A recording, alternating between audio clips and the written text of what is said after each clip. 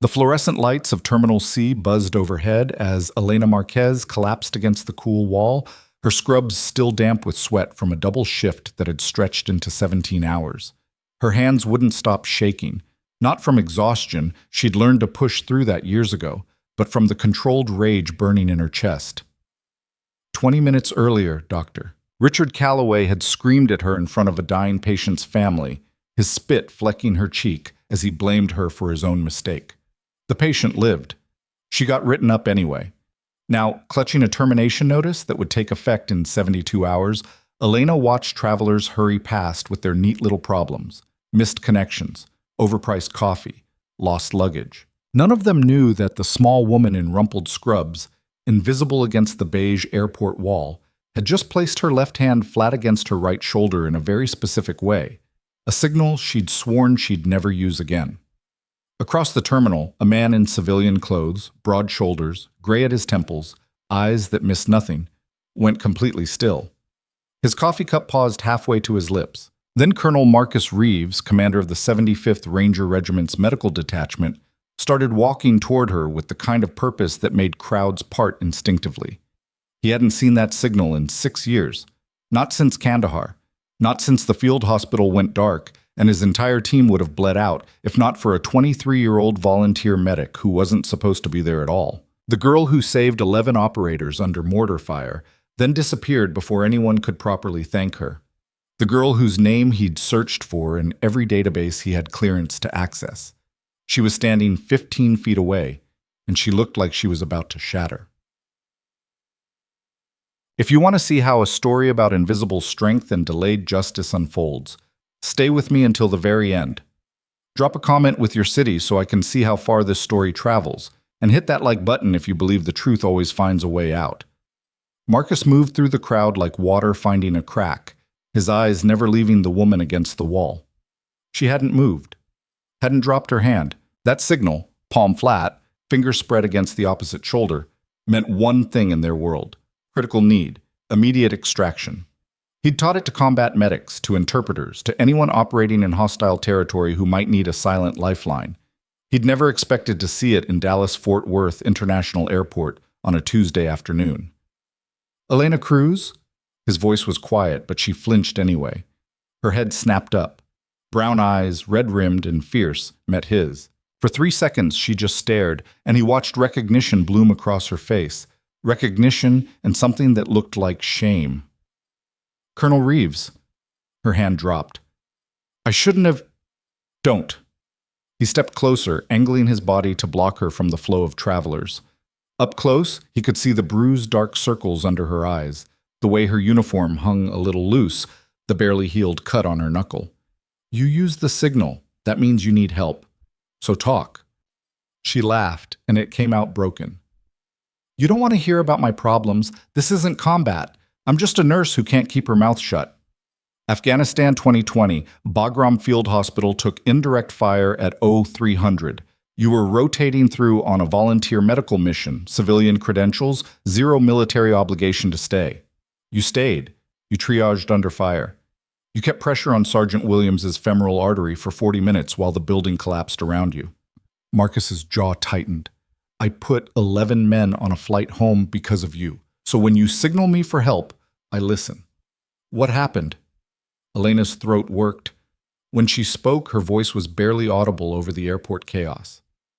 I saved a patient today. Code blue in the ER, multiple traumas from a car accident. The attending froze, just stood there while this woman was dying. So I started compressions, called for the crash cart, got her intubated before her oxygen saturation bottomed out. She's alive because they didn't wait for permission. And I got written up for insubordination, unauthorized intervention, overstepping my scope of practice. She pulled a crumpled paper from her pocket. This is my 3rd strike in 6 months. I'm done. 72 hours and I'm out. Marcus took the termination notice, scanned it. Sterling Metropolitan Hospital. He committed the name to memory. What were the other 2 strikes? First one, I questioned an attending's dosage order. Caught it before it killed the patient, but I embarrassed him by suggesting the correction in front of a resident. Second one, I refused to discharge a homeless man with pneumonia because it was below freezing and he had nowhere to go. Used a charity bed without authorization. She met his eyes, defiant now. I'd do all three again. Good. He folded the paper, handed it back. You should. That surprised her. I'm about to lose my job. You're about to lose a job at a place that doesn't deserve you. There's a difference. He pulled out his phone. Where are you headed? Home. My mom, she's got stage 3 lung cancer. I've been pulling doubles to cover her treatment costs, but with this, Elena's voice cracked. She steadied it. I need to figure out my next move.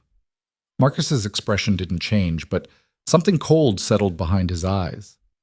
You have anyone at Sterling who'll go to bat for you? No. The other nurses won't risk it. Administration doesn't care. Dr. Calloway, the attending who froze today, he's connected to the hospital board. His uncle is the CFO. She laughed bitterly. I'm nobody. Just another body in scrubs. You're Elena Cruz. You're the medic who held the line when trained soldiers were losing their nerve. You don't become nobody just because you're surrounded by people too stupid to see what you are. Marcus's phone buzzed. He glanced at it, then back at her. I have a flight to catch, but this conversation isn't over. I'm going to make some calls. Colonel, you don't have to. I'm not doing you a favor. I'm paying a debt. He pulled a card from his wallet, pressed it into her hand. When things get worse, and they will, because people like Calloway don't stop at one victory, you call that number, day or night. Understood? Elena looked at the card. It had a name, a single phone number, and the Ranger tab in the corner. Why would things get worse? Because men who abuse power don't like being challenged. You've shown them you're willing to fight. They'll make sure you can't fight anymore. His eyes softened a fraction. I've seen it before. Just promise me you'll call if you need to. She nodded, slipping the card into her pocket. Thank you. Thank me by staying alive and staying angry. The world needs more people who give a damn. He turned to leave, then paused. And Elena, you did the right thing. Every single time. Then he was gone, swallowed by the crowd. Elena stood there for a long moment, the card burning a hole in her pocket. Then she shouldered her bag and walked toward the exit, unaware that 200 yards away, Richard Calloway was boarding his own flight, and that he'd just received a text from his uncle confirming that the cruise termination was officially expedited. No severance, no reference, no second chances. They wanted her gone. They had no idea what they'd just started. The apartment Elena came home to was a study in controlled desperation. 3 rooms, east-facing windows that let in too much heat in summer and not enough in winter, furniture from Craigslist and sheer stubbornness. Her mother, Carmen, was asleep on the couch with an oxygen cannula in her nose, her breathing thin and labored even with the concentrator humming beside her. Elena set down her bag with exaggerated care, but Carmen's eyes opened anyway. Mija! Her voice was a rasp. You look terrible. Right back at you, Mama. Elena managed a smile, crossing to adjust the oxygen flow. How was your day? Boring. I watched 3 episodes of that terrible cooking show you hate. Carmen's hand found Elena's, squeezed weakly. Something's wrong. Tell me. Elena had never been able to lie to her mother. I got fired. Carmen went very still. Why? Because I was good at my job. The words came out harder than she intended. Because I saved a woman's life and made a doctor look bad. Because the hospital cares more about hierarchy than patients. Elena, I know what you're going to say, that I should have kept my head down, that we need the money, that I can't afford to be proud. Elena pulled away, pacing to the window. Outside, the Dallas skyline glittered with indifferent beauty. But I can't do it anymore, Mama. I can't watch people die because someone's ego is more important than their life. I wasn't going to say that. Carmen sat up slowly, wincing. I was going to say, I'm proud of you. Elena turned, startled. You think I don't know what you've sacrificed? Carmen's eyes were bright. You could have stayed in school, finished your pre-med program. You could have taken that research position in Boston. Instead, you came home to take care of me and worked yourself to the bone to pay for treatment that might not even work. You've given up everything, Elena. If standing up for what's right is the one thing you won't compromise on, then good. The world took enough from you already. We need the money, Elena said quietly. Your next round of chemo... I'm 63 years old with cancer that's probably going to kill me whether I get the fancy drugs or not. Carmen's voice was firm. You're 29 with your whole life ahead of you. I won't let you destroy yourself trying to buy me a few more months. Mama? No, listen to me. Carmen stood, unsteady but determined. Whatever happens next, you don't make yourself small for anyone. Not for a hospital, not for doctors with inflated egos, not even for me. Promise me. Elena's eyes burned. She crossed the room and wrapped her arms around her mother, careful of the oxygen line, and held on like she could keep death itself at bay through sheer force of will. I promise. They stayed like that until Carmen's breathing evened out, until the fear receded enough to function. Then Elena helped her mother back to bed, made them both weak tea they were too tired to drink, and sat in the gathering darkness trying to figure out what came next. At 11 p.m., her phone buzzed. Unknown number. She almost didn't answer. But something, instinct, desperation, the memory of a colonel's steady gaze, made her pick up. Elena Cruz? A woman's voice. Crisp, professional, with an edge that suggested military training. Speaking. My name is Captain Julia Tran. Colonel Reeves asked me to reach out. I understand you're having some employment difficulties. Elena sat up straighter. He told you about Sterling? He told me enough. I work in medical personnel coordination for Fort Hood. We're always looking for skilled civilian contractors, trauma nurses with field experience especially. The pay is competitive, the hours are sane, and nobody's going to write you up for saving lives. A pause. Would you be interested in an interview? Elena's throat tightened. Yes, absolutely. Good. I'll send you the details. Interview is Friday at 0900. Bring your credentials and your certification records. And Elena? Tran's voice softened. The colonel doesn't make recommendations lightly. Whatever you did to earn his respect, I suggest you show up ready to prove he was right. The call ended. Elena stared at her phone, then at the termination notice still crumpled on the coffee table, then at the closed door of her mother's bedroom.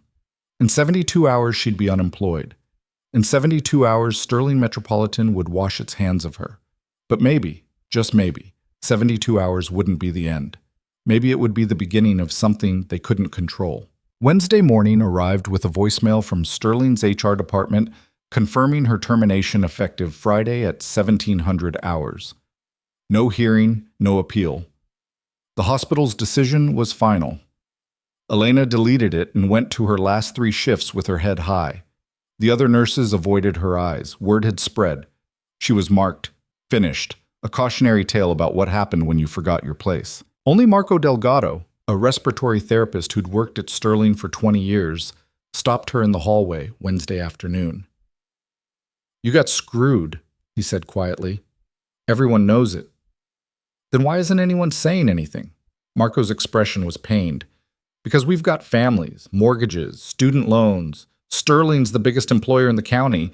You get blacklisted here. You don't work anywhere in the network. That's 14 hospitals, Elena. People are scared. So they're going to let Callaway keep killing patients through negligence? They're going to keep their heads down and hope it's not their family on the table when he freezes again. Marco glanced around, lowered his voice. Look, I shouldn't be telling you this, but there's talk. Callaway's been involved in 3 patient deaths in the last year. Each time the family got paid off, the records got sealed, and he walked away clean. His uncle makes sure of it. Elena's hands curled into fists. How does he sleep at night? On expensive sheets, I'd imagine. Marco's jaw tightened. For what it's worth, you did the right thing. That woman from the car accident, Rachel Torrance, she's the one who should be thanking you. Her family's been asking about you. Administration told them not to speak to me. Yeah, well, her husband didn't get that memo. He's been calling every day asking who saved his wife. Eventually someone's going to tell him it was the nurse they're firing. Marco squeezed her shoulder. Keep your phone on. He walked away before she could respond. Elena finished her shift in a blur of vitals and medication rounds, her mind churning. Rachel Torrance.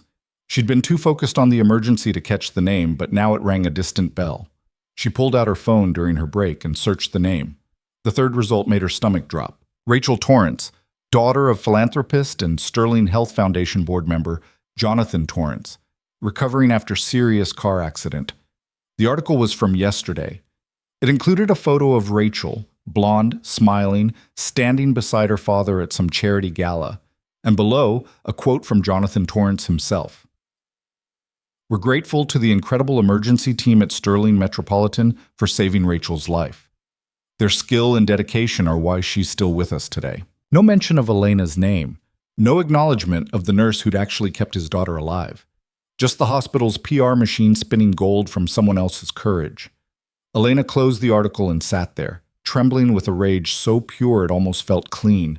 They were going to erase her, completely. Take credit for her work, destroy her career, and move on like she'd never existed. She pulled out Colonel Reeves's card and stared at it for a long time. Then she put it back. Not yet. She wasn't beaten yet. Thursday was worse. Dr. Calloway, emboldened by her impending termination, made her his personal target.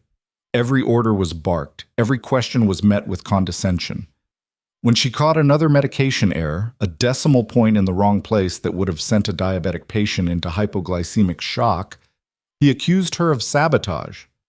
"You're trying to make me look incompetent," he hissed in the medication room, backing her against the counter. "Creating problems so you can play hero one more time before you're gone." Elena held her ground. "The order said 10 units. You meant 1. I was clarifying before I killed someone." "You don't clarify. You follow orders." "Not when they're wrong." His face went scarlet. "You self-righteous—" "Dr. Calloway." A new voice, cold and female. "Step back." They both turned. Dr. Sarah Vance, the ER's only female attending, stood in the doorway with her arms crossed. She was 60, brilliant, and utterly terrifying when she wanted to be. Calloway stepped back. "Dr. Vance, I was just cornering a nurse in a closed room." "Yes, I saw." Vance's eyes were ice. "Nurse Cruz is correct. Your order was wrong. If she hadn't caught it, we'd be dealing with a code blue and a lawsuit. You're welcome to write her up for saving your reputation again, but I'll be filing a counter-report about your pattern of dangerous errors." She turned to Elena. "Are you all right?" Elena nodded, not trusting her voice. "Good. Get back to your patients. Calloway and I need to have a conversation about professional conduct." Elena fled. She made it to the staff bathroom before the shaking started. 3 stalls down, she heard someone crying, soft, hiccuping sobs that spoke of exhaustion and despair. Elena recognized the sound. She'd made it herself more times than she could count. "You okay in there?" she called. The crying stopped. A pause. Then a young voice, thick with tears. "I'm fine." "You don't sound fine." A longer pause. Then the stall door opened and a kid, maybe 22, 23, stumbled out, eyes red and swollen. Her name tag read, Jessica Park, RN. She was a new grad, 3 months into her first nursing job. "I'm sorry," Jessica whispered. "I shouldn't be falling apart at work." "This place would make anyone fall apart." "What happened?" "Dr. Calloway told me I was too stupid to be a nurse, in front of a patient's family. Because I asked him to repeat an order I didn't hear clearly." Jessica's voice broke. "I have student loans. I need this job, but I don't know if I can do this anymore." Elena felt something settle in her chest, a decision clicking into place. "Listen to me," she said, meeting Jessica's eyes. "You're not stupid. You're conscientious. You double-check because you care about getting it right. That makes you a good nurse, not a bad one." She gripped the younger woman's shoulders. "Calloway's a bully who gets off on making people feel small. Don't let him. Don't ever let someone like him convince you that asking questions is a weakness." Jessica wiped her eyes. "Easy for you to say. You stand up to him all the time. And look where it got me. I'm fired, Jessica. Tomorrow's my last day." The kid's eyes went wide. "What? Why?" "Because I stood up to him one too many times. Because I saved a life without permission. Because this hospital is run by people who care more about protecting doctors' egos than protecting patients." Elena released her, stepped back. "But you know what? I'd do it again. Every single time. Because at the end of the day, I can look at myself in the mirror. Calloway can't. Neither can the administrators who enable him. You get to choose who you want to be, Jessica. Choose carefully." She left the kid staring after her and went back to work. Her last shift passed in a strange, dreamlike haze. Patients came and went. She administered medications, changed dressings, held hands, translated fear into action. She was good at this. She'd always been good at this. And tomorrow, it would be over. At 16:30, 30 minutes before her shift ended, a man in an expensive suit walked into the ER and asked for her by name. Elena's stomach dropped. She recognized him from the news articles. Salt and pepper hair, sharp blue eyes, the kind of presence that came from decades of commanding rooms. Jonathan Torrance, Rachel's father, board member of the Sterling Health Foundation, the man whose donations kept this hospital running. "Mr. Torrance," she said carefully, "how can I help you?" "You already did." His voice was gravelly, controlled. "You saved my daughter's life 3 days ago. I want to thank you." The ER went quiet. Every eye turned toward them. Elena felt her pulse spike. "I was just doing my job, sir." "No, you weren't." Torrance stepped closer, and she saw the grief and fury warring in his expression. "I've spent the last 72 hours trying to find out who kept Rachel alive long enough for the surgical team to take over. Do you know what I kept hearing? The ER team did an excellent job. Our protocols worked perfectly. Corporate nonsense." His jaw tightened. "Then I called in some favors and got access to the nursing notes. Your name is all over that chart, Nurse Cruz. You're the one who recognized the internal bleeding. You're the one who intubated her when her oxygen crashed. You're the one who kept her heart beating when it wanted to stop." Elena's throat closed. "Sir? And now I hear you're being terminated for insubordination." Torrance's voice could have cut glass. "Would you like to explain to me how saving my daughter's life constitutes a fireable offense?" The silence was absolute. Elena became aware of Dr. Calloway standing frozen near the nurse's station, his face the color of old paper, of administrators appearing in doorways like guilty shadows, of Marco and Jessica and a dozen other staff members watching with something that looked like hope. "Hospital policy," she said quietly. "I overstepped my scope of practice." "That's garbage." Torrance turned, scanning the ER until his eyes landed on Calloway. You're the attending on record. What's your name?" Calloway swallowed. "Dr. Richard Calloway, sir. You froze. According to the reports I read, you stood there doing nothing while my daughter was dying. Nurse Cruz took over and saved her life, and your response was to file a complaint against her for making you look incompetent." Torrance's smile was a terrible thing. "Here's the problem with that, doctor. I'm a major donor to this hospital. My foundation provides 40% of your emergency department's annual budget, and I don't fund institutions that punish people for being competent." Calloway's mouth opened and closed soundlessly. "Mr. Torrance," a new voice interjected, smooth, placating. Gerald Winters, Sterling's CEO, emerged from his office with his hands spread in a gesture of peace. "I think there's been a misunderstanding. Nurse Cruz's termination is purely a matter of internal procedure." "Then change your procedures." Torrance turned on him. "I want a full investigation into this termination. I want to know who made the decision, who signed off on it, and why. And I want it done before this nurse's final shift ends. Is that clear?" Winters's professional smile didn't waver, but something cold flickered in his eyes. "Of course, Mr. Torrance. We'll look into it immediately. However, I should note that personnel decisions are typically handled by our HR department in consultation with— I don't care about your typical process. My daughter is alive because of Elena Cruz. The least you can do is make sure she keeps her job." Torrance's voice dropped to something quieter, more dangerous. "Unless you'd like to explain to the Foundation Board why I'm withdrawing my support from an institution that fires its most dedicated staff." The threat hung in the air like smoke. Winter's smile finally cracked. "That won't be necessary. I'll personally oversee the review. I'm sure we can resolve this." "See that you do."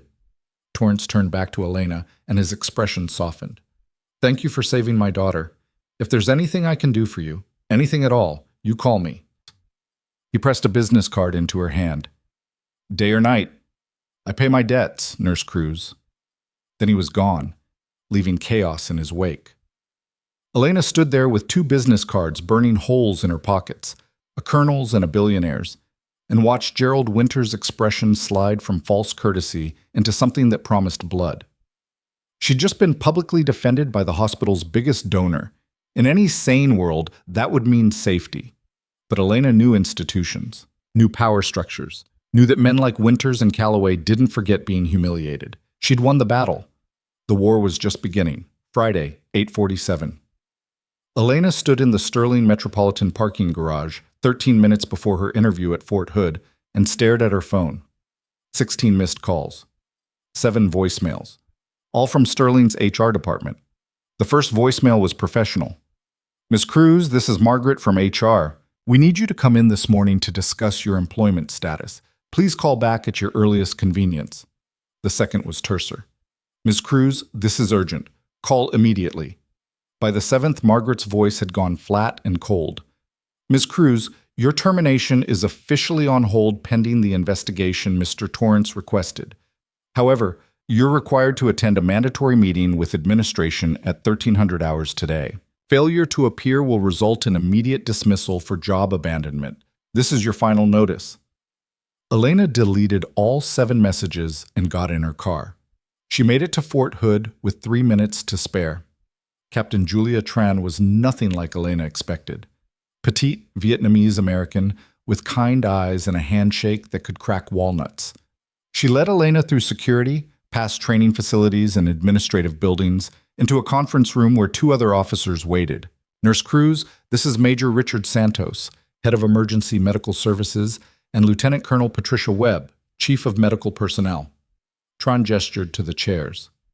"Have a seat." The interview lasted 90 minutes. They asked about her training, formal and informal, about her time in Afghanistan, about her experience at Sterling. They didn't ask softball questions or pretend her termination wasn't hanging over the conversation like a thundercloud. "Why did you go to Afghanistan as a civilian volunteer?" Webb asked, her dark eyes sharp. "Because I could help." Elena met her gaze. "I'd been working ER for 2 years, had advanced trauma training, and the medical mission needed experienced personnel. They couldn't pay much, but money wasn't why I went." "Why did you?" Elena thought about that. About the itch under her skin that came from watching the news, seeing disasters unfold, knowing she had skills that could save lives if she was just willing to use them. Because sitting at home feeling useless is worse than being scared in the field. Webb's expression didn't change, but something shifted in her posture. "Tell me about the night the hospital took fire." So Elena did.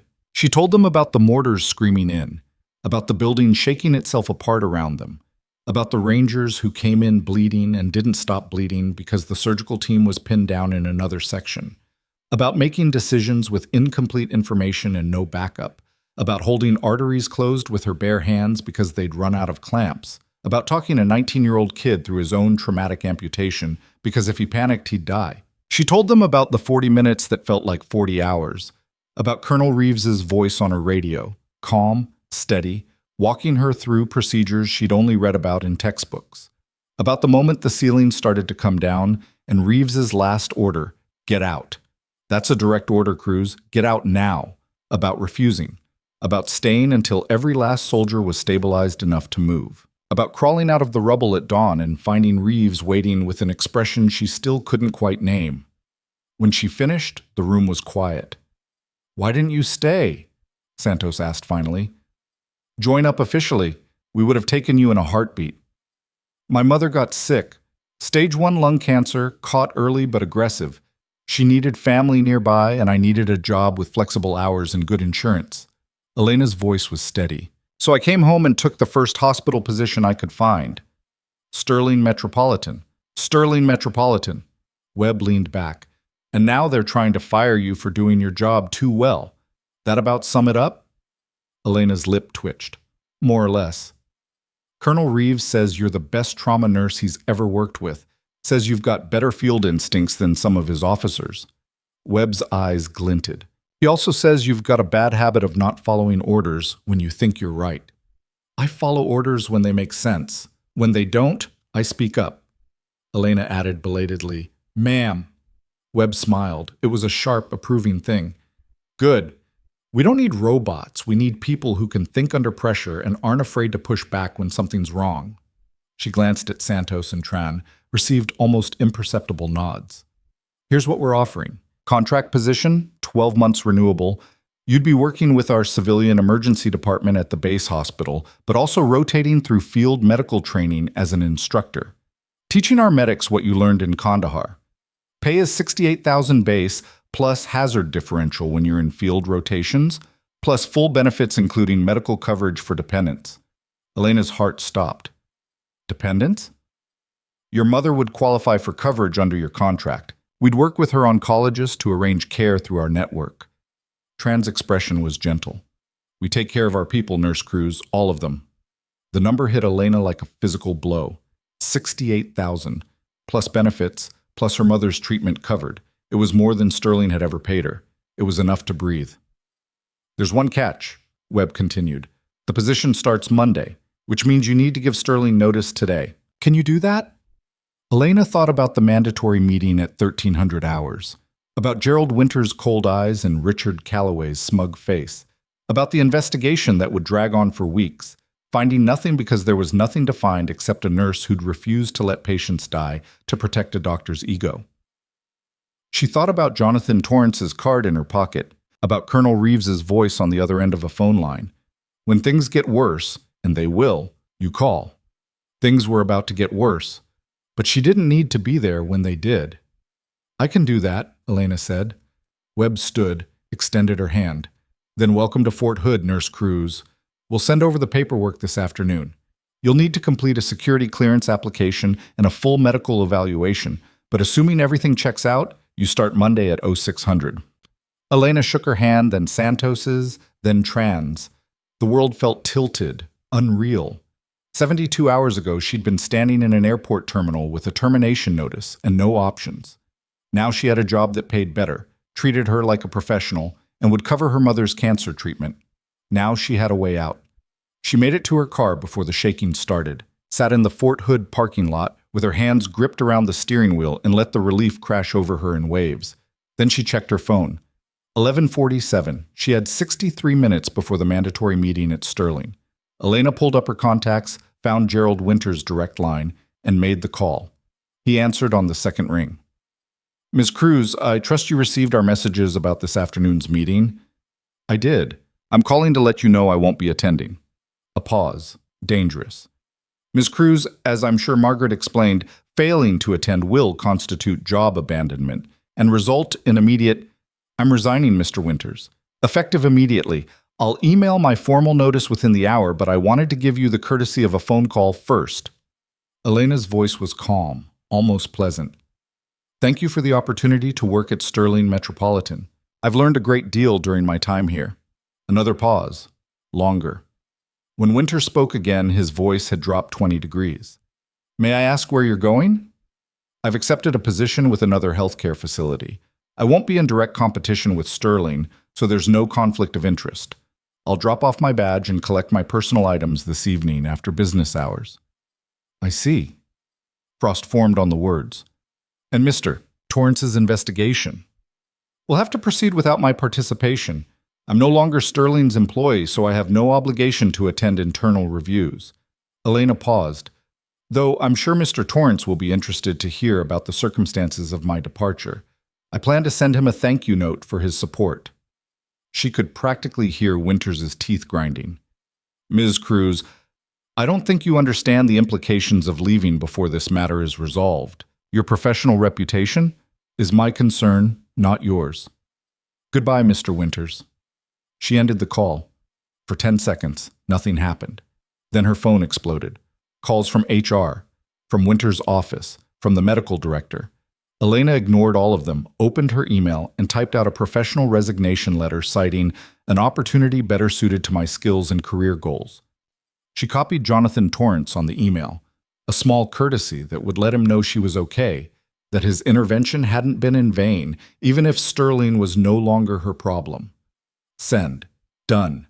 She was free. Elena drove home feeling lighter than she had in years.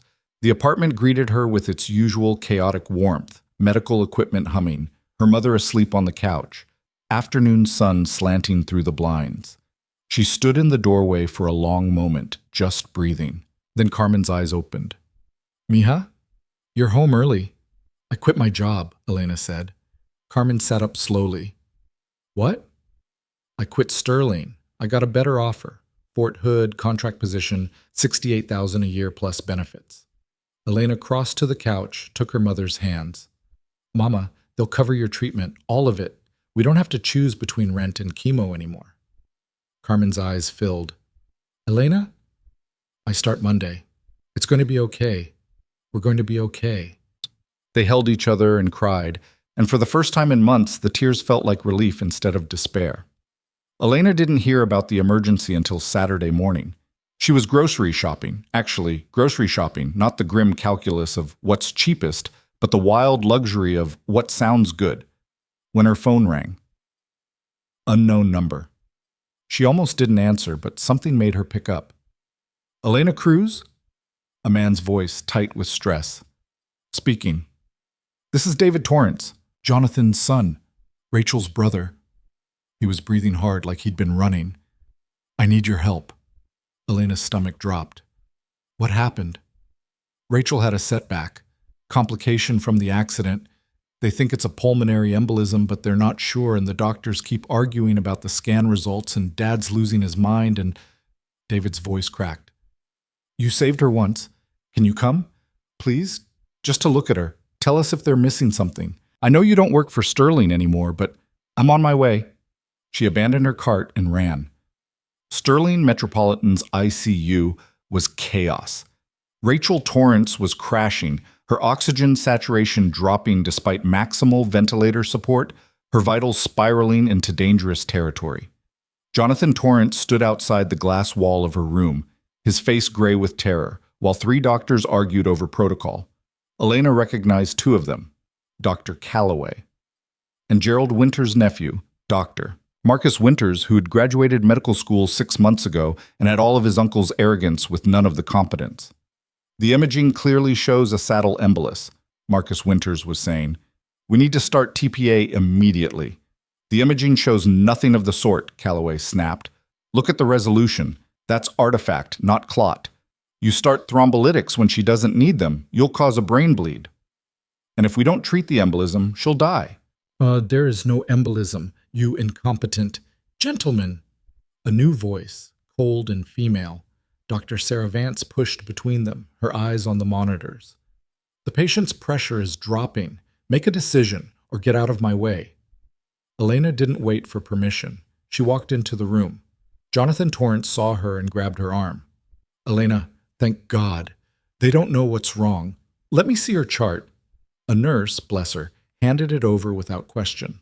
Elena scanned vitals, medication history, imaging reports. Her mind clicked through differential diagnoses with the speed of long practice. Pulmonary embolism was possible, but the presentation was wrong. The O2 sats were dropping too fast, and Rachel's breathing pattern didn't match. She moved to the bedside, put her hand on Rachel's chest, felt the rise and fall. Listened to her breathing through the ventilator, watched the monitor. Then she saw it. It's not an embolism, Elena said quietly. It's a pneumothorax. Tension pneumothorax. Look at the tracheal deviation. It's subtle, but it's there. And the jugular venous distension. Her right lung collapsed. Vance's head snapped around. Are you sure? I'm sure. She needs a chest tube. Now. Marcus Winters scoffed. That's ridiculous. The imaging is 12 hours old. Elena's voice cut like a scalpel.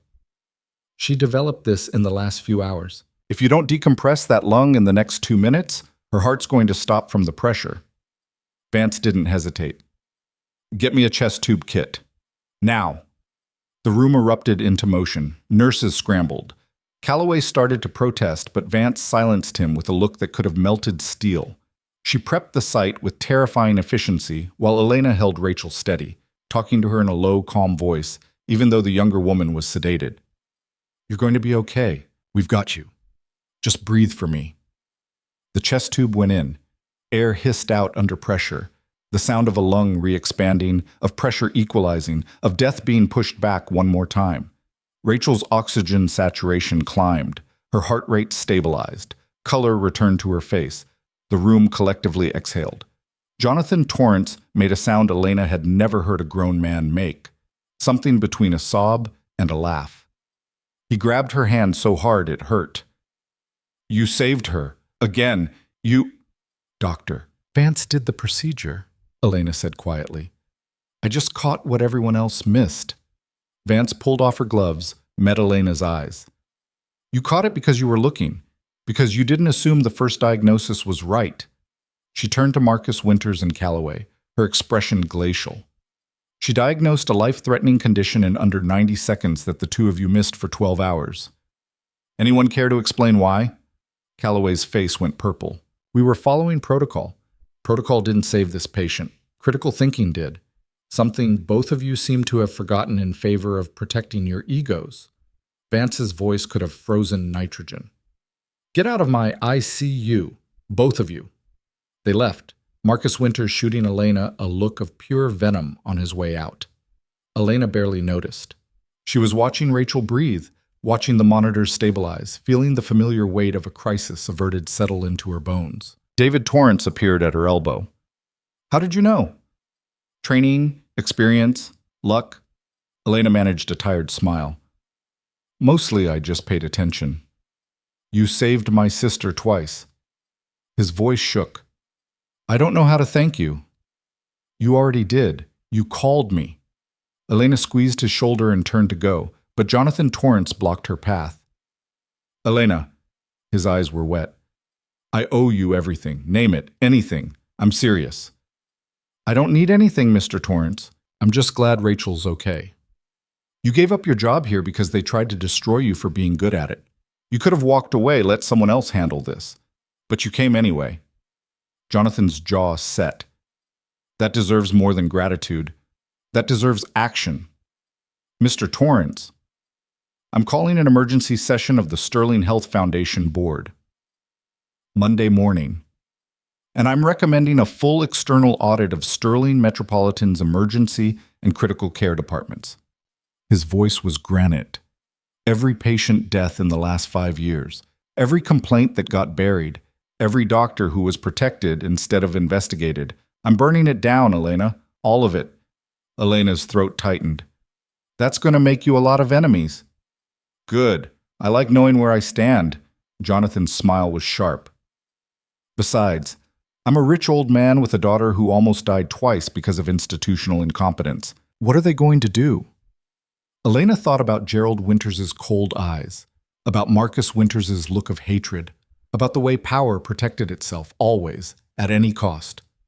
Be careful, she said quietly. People like that don't go down easy. Neither do I. Jonathan extended his hand. Thank you, Elena Cruz, for everything. She shook his hand and left before the emotion could overwhelm her. The hallway was empty except for Dr. Vance, who was leaning against the wall with her arms crossed. That was well done, Vance said. I got lucky.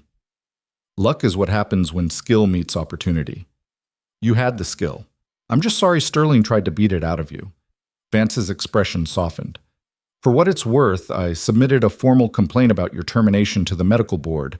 I know you're leaving, but I wanted it on record that not everyone here is a coward. Elena's eyes burned. Thank you. Don't thank me. Just keep being who you are. The world needs more nurses like you. Vance pushed off the wall. Where are you going, if you don't mind me asking? Fort Hood, contract position. Vance's eyebrows rose. Military medicine. You'll fit right in. She paused. Be careful out there, Elena, and don't let them make you small. You're too good for that. Then she was gone. Back to her patients, leaving Elena standing in an empty hallway with the weight of 2 lives saved and a war she hadn't started bearing down on her shoulders. She made it to the parking garage before her phone rang again. Unknown number. She was really starting to hate those. Hello? Nurse Cruz. The voice was smooth, cultured, and utterly devoid of warmth. Gerald Winters. I heard you were at the hospital today, treating a patient, despite the fact that you're no longer employed here. Elena's jaw tightened. I was called by the patient's family. Dr. Vance authorized my presence. Dr. Vance doesn't have the authority to allow unauthorized personnel into the ICU. You could be charged with trespassing. Then charge me. Elena kept her voice level. Explain to the Torrance family why you're prosecuting the nurse who saved their daughter's life twice. I'm sure that'll go over well. A long, dangerous silence. You're making enemies, Ms. Cruz. I'm not trying to make anything. I'm trying to help patients. If that makes me your enemy, that's your problem, not mine. You have no idea what you've started. Actually, I didn't start anything. You did. When you decided protecting bad doctors was more important than protecting patients. Elena's voice hardened. But you're right about one thing. I have no idea how this ends. Neither do you. She hung up before he could respond. For a long moment, Elena sat in her car, hands shaking, heart racing. She'd just told off one of the most powerful hospital administrators in Dallas. She'd saved a life in a facility where she no longer worked. She'd made herself a target for people who had the resources to destroy her if they wanted to. And she'd do it again. Every single time. She drove home through Saturday traffic, her mind churning. Monday, she started at Fort Hood. Monday. Jonathan Torrance would call his emergency board meeting. Monday, the audit would begin, and Sterling Metropolitan's carefully constructed facade would start to crack. But between now and Monday, there was Sunday. And Sunday, Elena decided, she was going to spend with her mother, cooking a real meal, watching terrible TV, breathing air that didn't smell like antiseptic and fear. Sunday, she was going to rest. Because Monday, the real fight would begin. And this time, she wouldn't be fighting alone. Sunday passed in a haze of normalcy so sweet it almost hurt. Carmen's color was better. Whether from hope or actual medical improvement, Elena couldn't tell and didn't care. They made pozole from scratch, argued about whether to watch the cooking show or the nature documentary, and fell asleep on the couch together like they used to when Elena was small and the world was simpler. At 9 p.m., Elena's phone buzzed with an email from Fort Hood HR. Welcome packet. Orientation schedule. Security clearance paperwork. Insurance enrollment forms that included, in black and white, coverage for employees' dependent family members. Carmen cried when Elena showed her. It's real, her mother whispered. We're going to be okay. We're going to be okay, Elena confirmed. They went to bed early. Carmen in her room with the oxygen concentrator humming, and Elena in hers with the window cracked to let in the cool night air. Sleep came easier than it had in months. At 2 a.m., Elena's phone exploded with notifications. She grabbed it, groggy and confused, and saw 17 texts from unknown numbers, 6 missed calls, 3 voicemails. The first text was from David Torrance. Turn on the news, now. Elena fumbled for the remote, clicked on the local news. The banner at the bottom of the screen read, Breaking, Sterling Metropolitan Hospital, under investigation for patient safety violations. The reporter, a sharp-eyed woman in a blue suit, stood in front of Sterling's main entrance. Following an emergency session of the Sterling Health Foundation Board earlier tonight, sources say an independent audit has been launched into the hospital's emergency and critical care departments. The investigation comes after allegations of patient safety violations and concerns raised by major donor Jonathan Torrance, whose daughter was recently treated at Sterling following a serious car accident. The camera cut to footage of Jonathan Torrance leaving the foundation building, surrounded by reporters. Mr. Torrance, can you comment on the allegations? I can confirm that the Sterling Health Foundation Board has voted unanimously to launch an external audit of patient care practices at Sterling Metropolitan. We take patient safety extremely seriously, and recent events have raised concerns that must be addressed. His expression was stone. No further comment at this time. The camera cut back to the reporter. Sources close to the investigation say the audit will examine patient death records, staff complaints, and emergency department protocols going back 5 years. Sterling Metropolitan CEO Gerald Winters released a statement saying the hospital welcomes the audit and remains committed to the highest standards of patient care. More on this story as it develops. Elena sat in the dark, her heart hammering. Jonathan Torrance hadn't waited until Monday. He'd moved tonight, Sunday night, when Sterling's leadership would be scattered and unprepared. He'd opened the floodgates. Her phone rang. She answered without checking the number.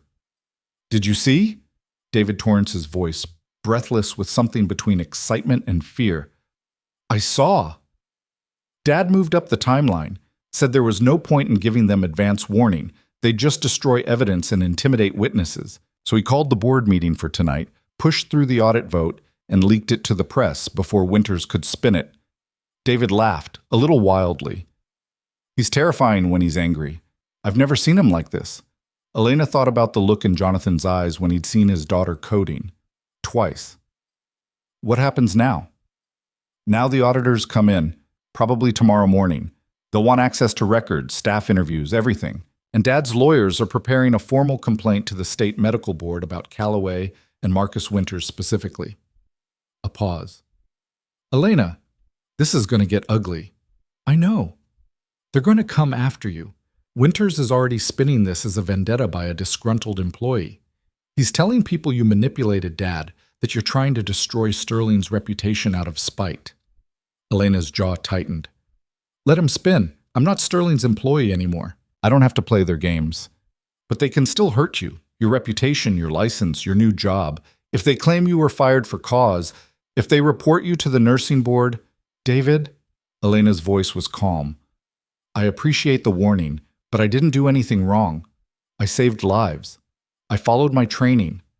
I refuse to let patients die to protect someone's ego. If that makes me the villain in Sterling's story, I can live with that. A long silence. Then, you're braver than I am.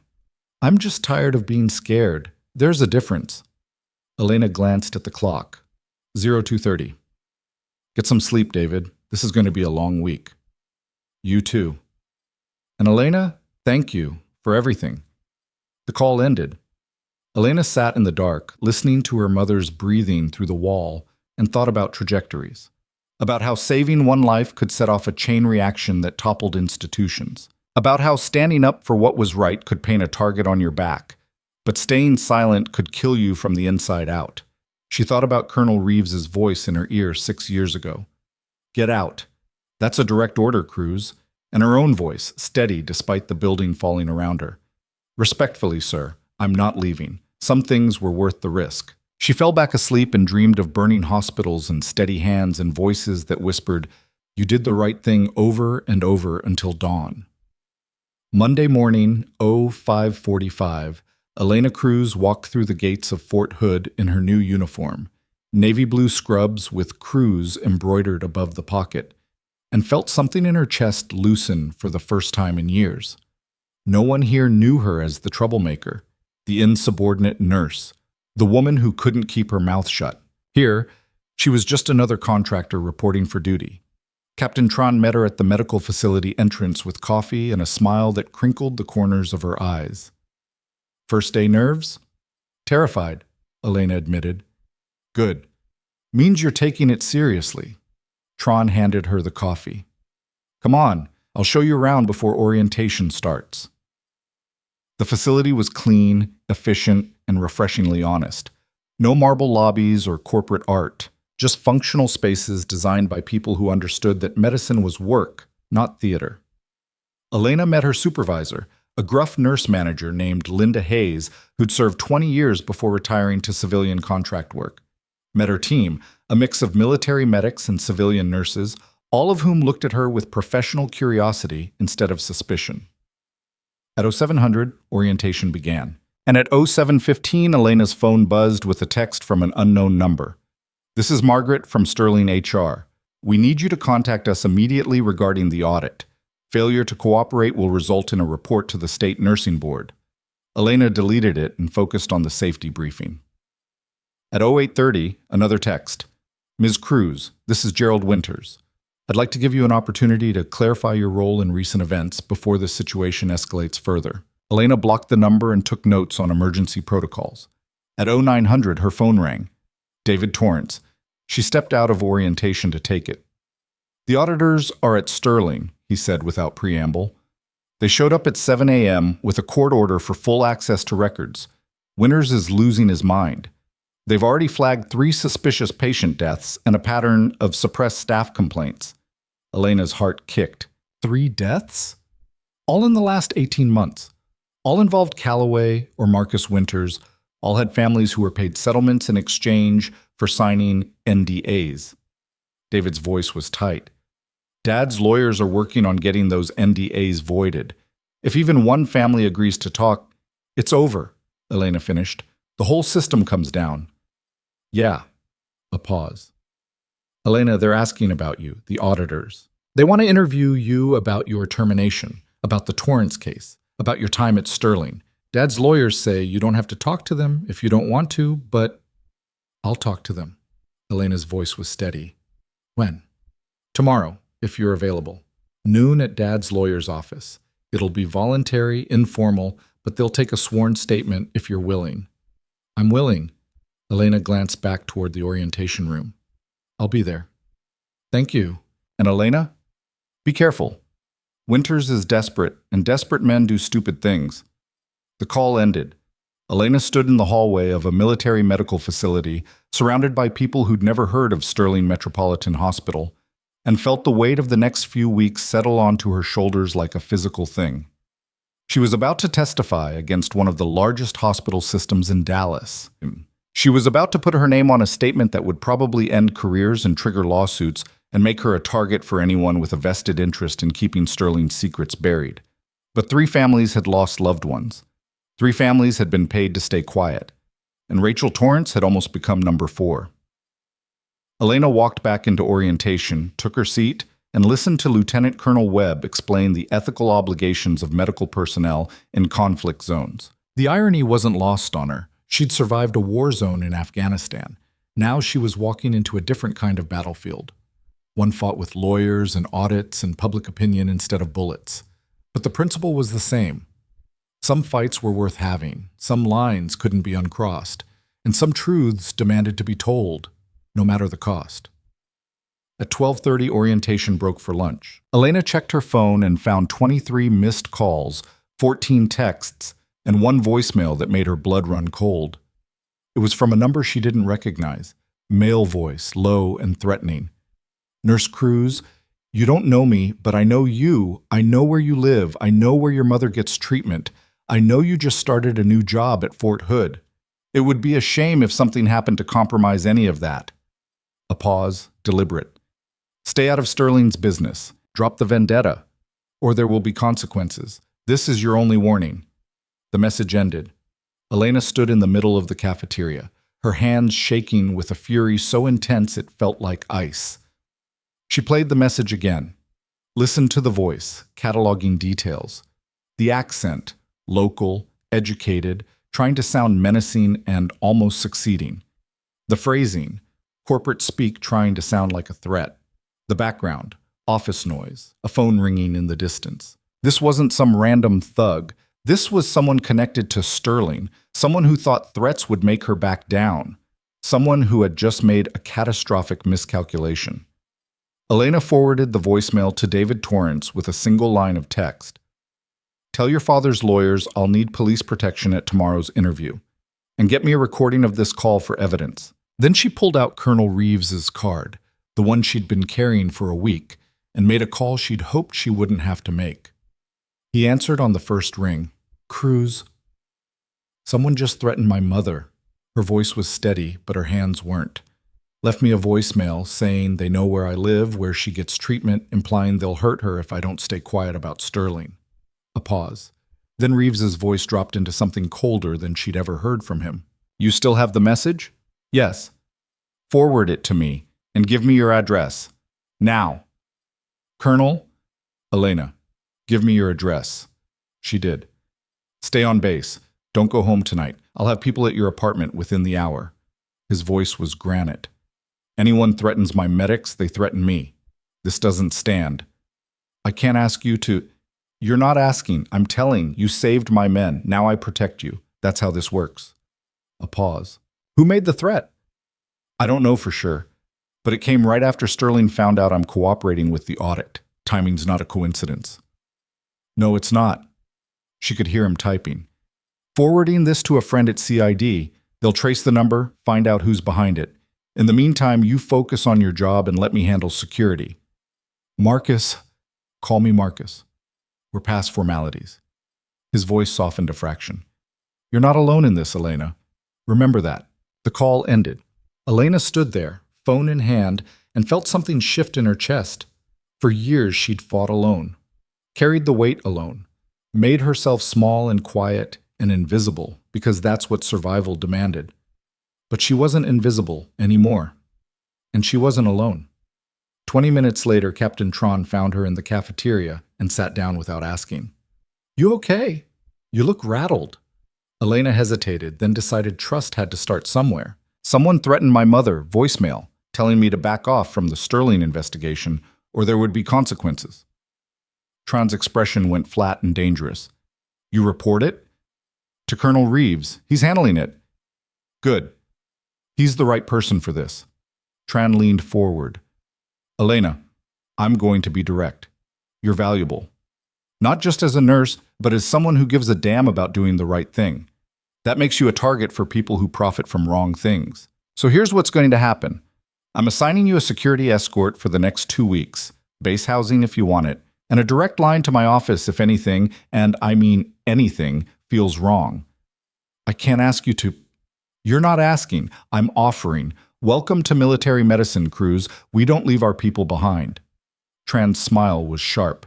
Besides, I really want to see you testify tomorrow. Sounds like you're about to ruin some very bad people's lives. Elena's throat tightened. I'm just telling the truth. Sometimes that's all it takes. Tran stood. Finish your lunch, then meet me at admin. We'll get you set up with temporary housing and brief the security team. And Elena, don't let them scare you. You're scarier than they know. Elena spent the night in base housing, a small, clean room that smelled like industrial detergent and felt safer than anywhere she'd slept in months. Carmen was fine, Reeves had texted her. 2 of his people were stationed outside her mother's apartment. No one was getting close, but Elena didn't sleep. She lay in the dark and thought about the voicemail, about the calculated cruelty of threatening a dying woman to silence her daughter, about the kind of person who would make that call and think it was justified, about what she was going to say tomorrow when the auditors asked her to describe her time at Sterling. She was going to tell them everything. Every patient Calloway had endangered through negligence. Every time administration had chosen reputation over safety. Every complaint that had been buried. Every nurse who'd been punished for speaking up. Every family who'd been paid off to stay quiet about preventable deaths. She was going to burn it all down. And if Gerald Winters wanted to threaten her for it, let him try. She'd survived mortar fire in Kandahar. She'd survive this. Tuesday, 11:45. Elena Cruz sat in a downtown law office that smelled like money and old leather, watching 3 lawyers and 2 auditors review her written statement for the 5th time. The lawyers, Jonathan Torrance's people, sharp and expensive, had been kind but thorough. The auditors, state medical board investigators with the enthusiasm of bloodhounds on a scent, had been thorough without the kindness. For 3 hours, they'd walked her through every detail of her time at Sterling. Every patient she'd saved, every time she'd been written up, every interaction with Calloway and Winters, the voicemail threat, which she'd played for them twice. Now they were conferring in low voices while Elena drank terrible coffee and tried not to think about the fact that 2 armed security contractors, Reeves's people, were standing outside the building watching for threats. Ms. Cruz, but the lead auditor, a woman named Patricia Rhodes, with iron-gray hair and eyes that missed nothing, looked up from the statement. This is extraordinary. You're aware of that, yes? I'm aware I did my job and got punished for it. You did more than your job. You documented patterns of negligence, safety violations, and administrative cover-ups going back 3 years. You've given us names, dates, specific incidents. This is prosecutable. Rhodes's expression was carefully neutral. It's also going to make you a witness in multiple investigations and probably several lawsuits. Are you prepared for that? Elena thought about her mother, safe in a new apartment with round-the-clock home health care, courtesy of Jonathan Torrance's gratitude and her Fort Hood insurance. Thought about Rachel Torrance, alive and recovering. Thought about the families who'd lost loved ones and been paid to stay quiet. I'm prepared, she said. Rhodes nodded. Then we'll move forward. Your testimony is sufficient to warrant a full criminal investigation into Sterling's administration. The medical board will be suspending Dr. Calloway and Dr. Marcus Winters pending review, and will be recommending charges against Gerald Winters for obstruction and witness intimidation. Elena's heart kicked. The voicemail? Traced to a burner phone purchased 3 blocks from Sterling Metropolitan. Security footage shows a man matching Gerald Winters' personal assistant making the purchase. Rhodes's smile was grim. He thought he was being clever. He wasn't. One of the lawyers, a young woman named Stephanie, leaned forward. Ms. Cruz, there's one more thing. The families who lost loved ones and signed NDAs, two of them have agreed to come forward. They're filing wrongful death suits against Sterling. They'll need witnesses who can speak to the hospital's culture of negligence. I'll testify, Elena said immediately. It's going to be ugly. Sterling will try to discredit you. They'll dig into your past, your finances, your personal life. They'll paint you as a vindictive employee with an agenda. Stephanie's expression was sympathetic. They'll make it hurt. Let them try. Elena met her eyes. I've been hurt before. I survived. Rhodes stood, gathering documents. Then we're done here. Thank you for your cooperation, Ms. Cruz. You've done a brave thing today. I just told the truth. In a system designed to bury it, that's the bravest thing of all. Rhodes extended her hand. Take care of yourself, and watch your back. This isn't over. Elena left the building flanked by security contractors who looked like they could bench press a car. One of them, a quiet black man with watchful eyes, glanced at her as they walked to the vehicle. You're the medic from Kandahar, he said. Not a question. Elena blinked. How did you... Colonel Reeves doesn't call in favors for just anyone. Word got around. The man's expression softened. I was part of the team you stabilized. Sergeant Williams, I'm alive because you didn't quit, so I'm here to make sure nobody gets close enough to make you regret that. Elena's throat closed. She got in the car without speaking. The next 48 hours moved like a fever dream. Sterling Metropolitan's stock price dropped 17%. Gerald Winters was placed on administrative leave. Dr. Calloway resigned before he could be formally terminated. Marcus Winters had his medical license suspended. The families who'd lost loved ones went public with their stories. One woman, whose husband had died after a delayed sepsis diagnosis that Calloway had missed, spoke to every news outlet that would listen. We thought we were alone, she said, tears streaming.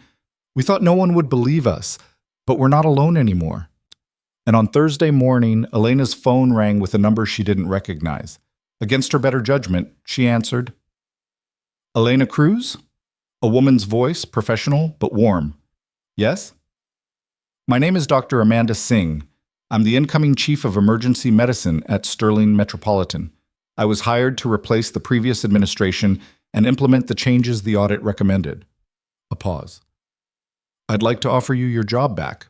Full reinstatement, back pay for the termination period, a formal apology from the board, and a 20% salary increase.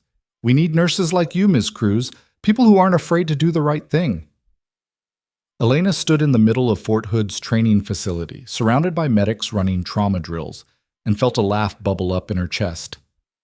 Dr. Singh, she said carefully, I appreciate the offer, I really do. But I have to ask, where were you 3 weeks ago when I was being fired for saving a patient's life? Singh's sigh was audible. I know how that sounds, but the people who did that to you are gone now. The culture is changing, we're changing it, and we need people who are brave enough to stand up when it mattered most. I'm glad Sterling is changing, I really am, but I've moved on.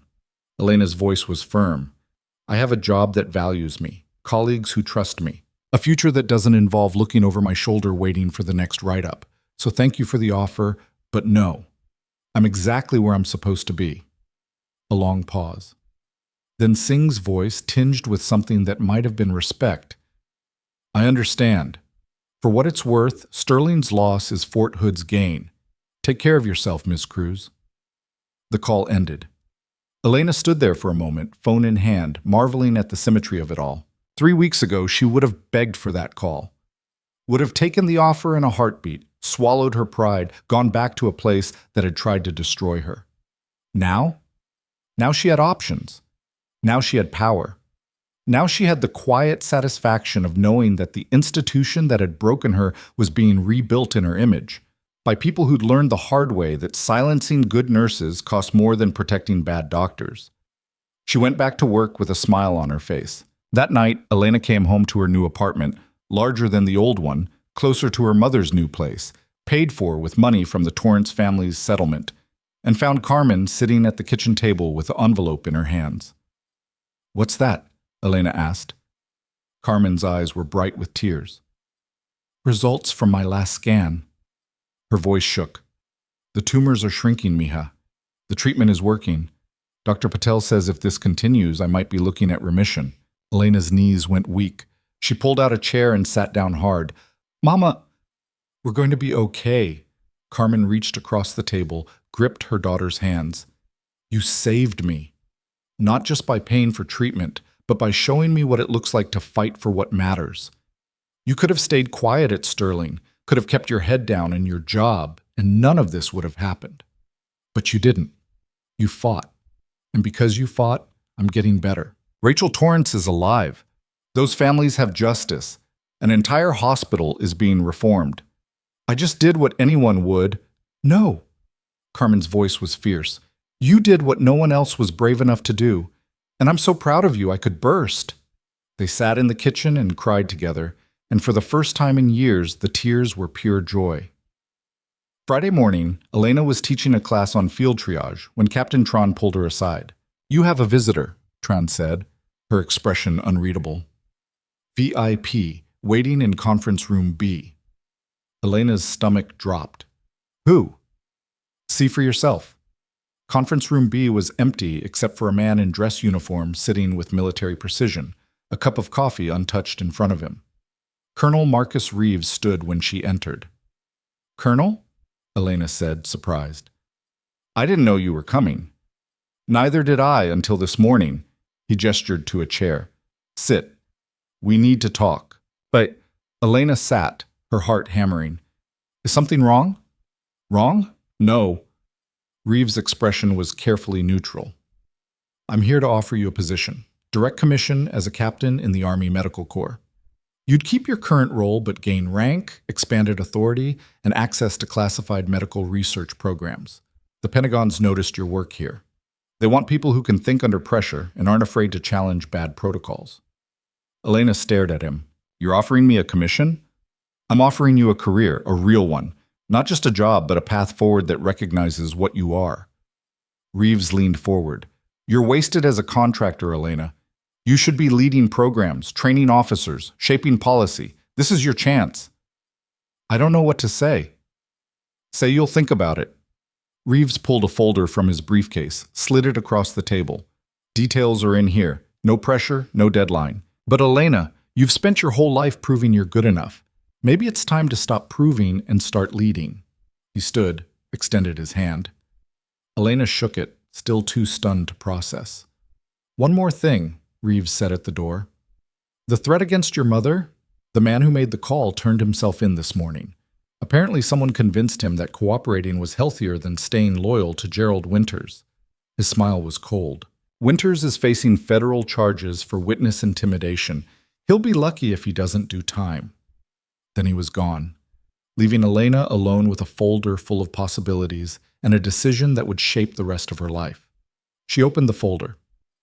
Captain Elena Cruz, officer, leader, someone with the authority to change systems from the inside instead of fighting them from the margins.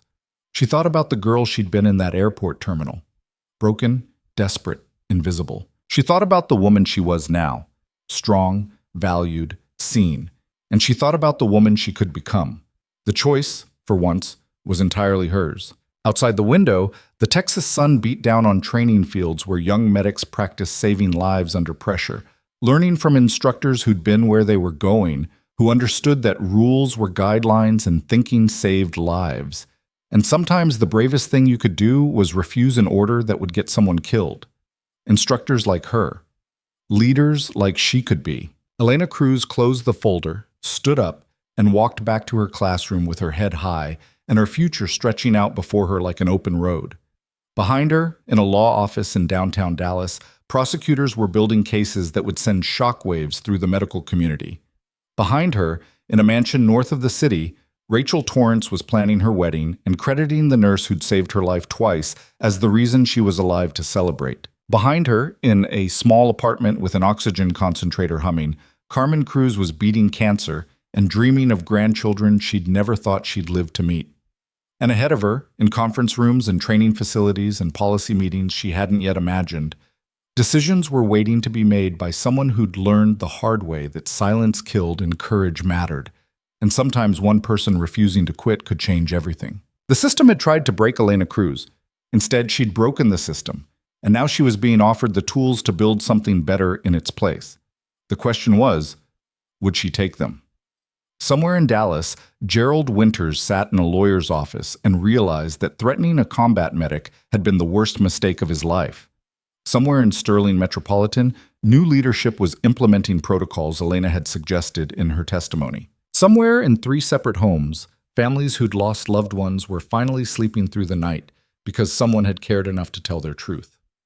And in Fort Hood, Elena Cruz picked up her phone and texted Colonel Reeves a single word. Yes. The reply came back within 90 seconds. Good. Report to my office tomorrow 0800. We need to discuss your transition timeline and security clearance acceleration. This moves fast, Cruz. Hope you're ready. Elena stared at the message, her thumb hovering over the screen. Ready? She'd spent the last month being fired, threatened, investigated, and rebuilt. She'd testified against one of Dallas's most powerful institutions. She'd saved lives while her own career hung by a thread. Ready didn't begin to cover it. She texted back, I'm ready.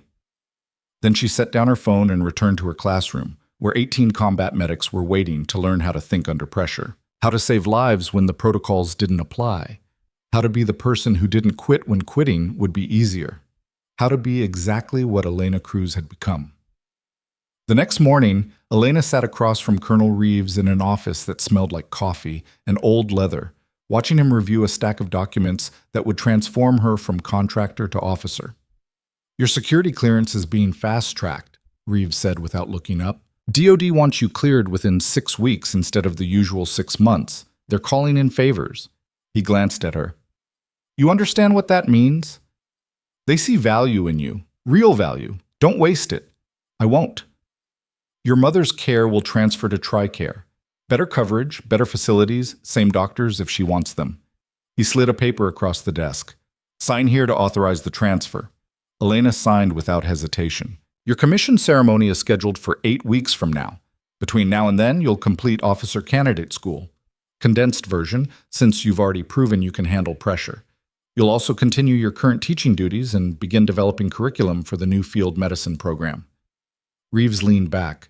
It's going to be brutal. 14-hour days minimum. You'll be evaluated constantly. One screw up and the Pentagon pulls the plug on this whole thing. Understood. Good. His expression softened a fraction. How are you holding up? Really? Elena thought about that. About the nightmares that still woke her at 3 a.m. Not from Kandahar anymore, but from Sterling. About the way her hands still shook sometimes when she thought about Carmen's cancer. About the weight of knowing that 3 families had justice because she'd refused to stay quiet. I'm tired, she admitted, but I'm okay. Better than okay. You saved a lot of lives, Elena. Not just patients. You saved nurses who were too scared to speak up. You saved future patients who won't die because Sterling's being reformed. Reeves's jaw tightened. That matters. Don't let anyone convince you it doesn't. I won't. Then get out of here. You've got a class in 20 minutes. She did. The weeks that followed blurred together in a haze of exhaustion and purpose. Elena taught during the day, studied military protocol at night, and spent weekends with Carmen, who was responding so well to treatment that her oncologist used words like remarkable and unprecedented. The tumors were shrinking, her breathing was easier. She'd gained back 10 pounds and started talking about traveling again. You should go back to school, Carmen said one Saturday afternoon, sitting in her sunny new living room with color in her cheeks. Finish your pre-med degree. Become a doctor. Elena shook her head. I'm exactly where I'm supposed to be, Mama. As a nurse? As someone who saves lives and teaches others to do the same. Elena squeezed her mother's hand. I don't need an MD after my name to make a difference. I just need to keep doing what I'm doing. Carmen studied her daughter's face for a long moment. You've changed. You're harder now. Sharper. Is that bad? No. Carmen's smile was sad. It's necessary. But don't let it make you cold, mija. The world needs your fire, not your ice. Elena thought about that conversation later during a training exercise where one of her students, a 20-year-old kid from Montana named Private Williams, froze during a simulated mass casualty scenario. The patients were mannequins with realistic wounds. The chaos was manufactured, but the kid's panic was real. I can't. There's too many. I don't know who to treat first. Elena grabbed his shoulders. Stop. Breathe. Look at me. William's eyes focused on hers, wide with terror. You're not going to save everyone? Elena said quietly. That's not your job. Your job is to save the ones you can. So pick. Right now. Who gets your attention first? Williams looked around the simulated disaster zone. His breathing slowed, his training kicked in. Him. He pointed to a mannequin with arterial bleeding. Tourniquet first, then move to the next. Good. Do it. Williams moved. The panic receded. The training took over. Later, after the exercise ended, he found Elena near the equipment lockers. Ma'am? I wanted to apologize for freezing. Don't apologize. Learn from it. Elena's voice was firm but not unkind. You think I didn't freeze the first time I saw real trauma? Everyone freezes. The difference between good medics and dead patients is how fast you recover from that freeze. You recovered. That's what matters. How do you do it? Stay calm when everything's falling apart? Elena thought about Kandahar, about Sterling, about standing in an ICU watching Rachel Torrance die while doctors argued. You just decide that freezing isn't an option, she said finally. You decide that someone's life is more important than your fear, and then you move. Williams nodded slowly. Like you did at Sterling. I heard about that. What you did. Elena's stomach tightened. She tried to keep her past separate from her present, but stories traveled. Where'd you hear that? Sergeant Hayes told us. Said you stood up to an entire hospital system and won. Said that's the kind of medic we should aspire to be. Hayes talks too much. With respect, ma'am, I don't think she does. Williams met her eyes. We need to know that doing the right thing is possible, that people like you exist. It makes the rest of us think maybe we can be brave too. He walked away before Elena could respond. That night, Elena lay in her base housing room and thought about what it meant to be an example, to be someone young medics looked up to carry the weight of their expectations along with everything else. She'd never asked to be a role model, but maybe that was the point. Maybe the best role models were the ones who'd just been trying to survive and ended up showing others how to do the same. Her phone buzzed. Text from David Torrance. Trial date set. Winters versus State of Texas. 3 months from now. Prosecution wants you to testify. Are you in? Elena stared at the message for a long time. Gerald Winters was facing criminal charges for witness intimidation and obstruction of justice. The prosecution had evidence, phone records, the voicemail, testimony from his assistant who'd flipped in exchange for immunity. But they wanted Elena on the stand to describe the culture of fear at Sterling, to put a human face on the institutional rot.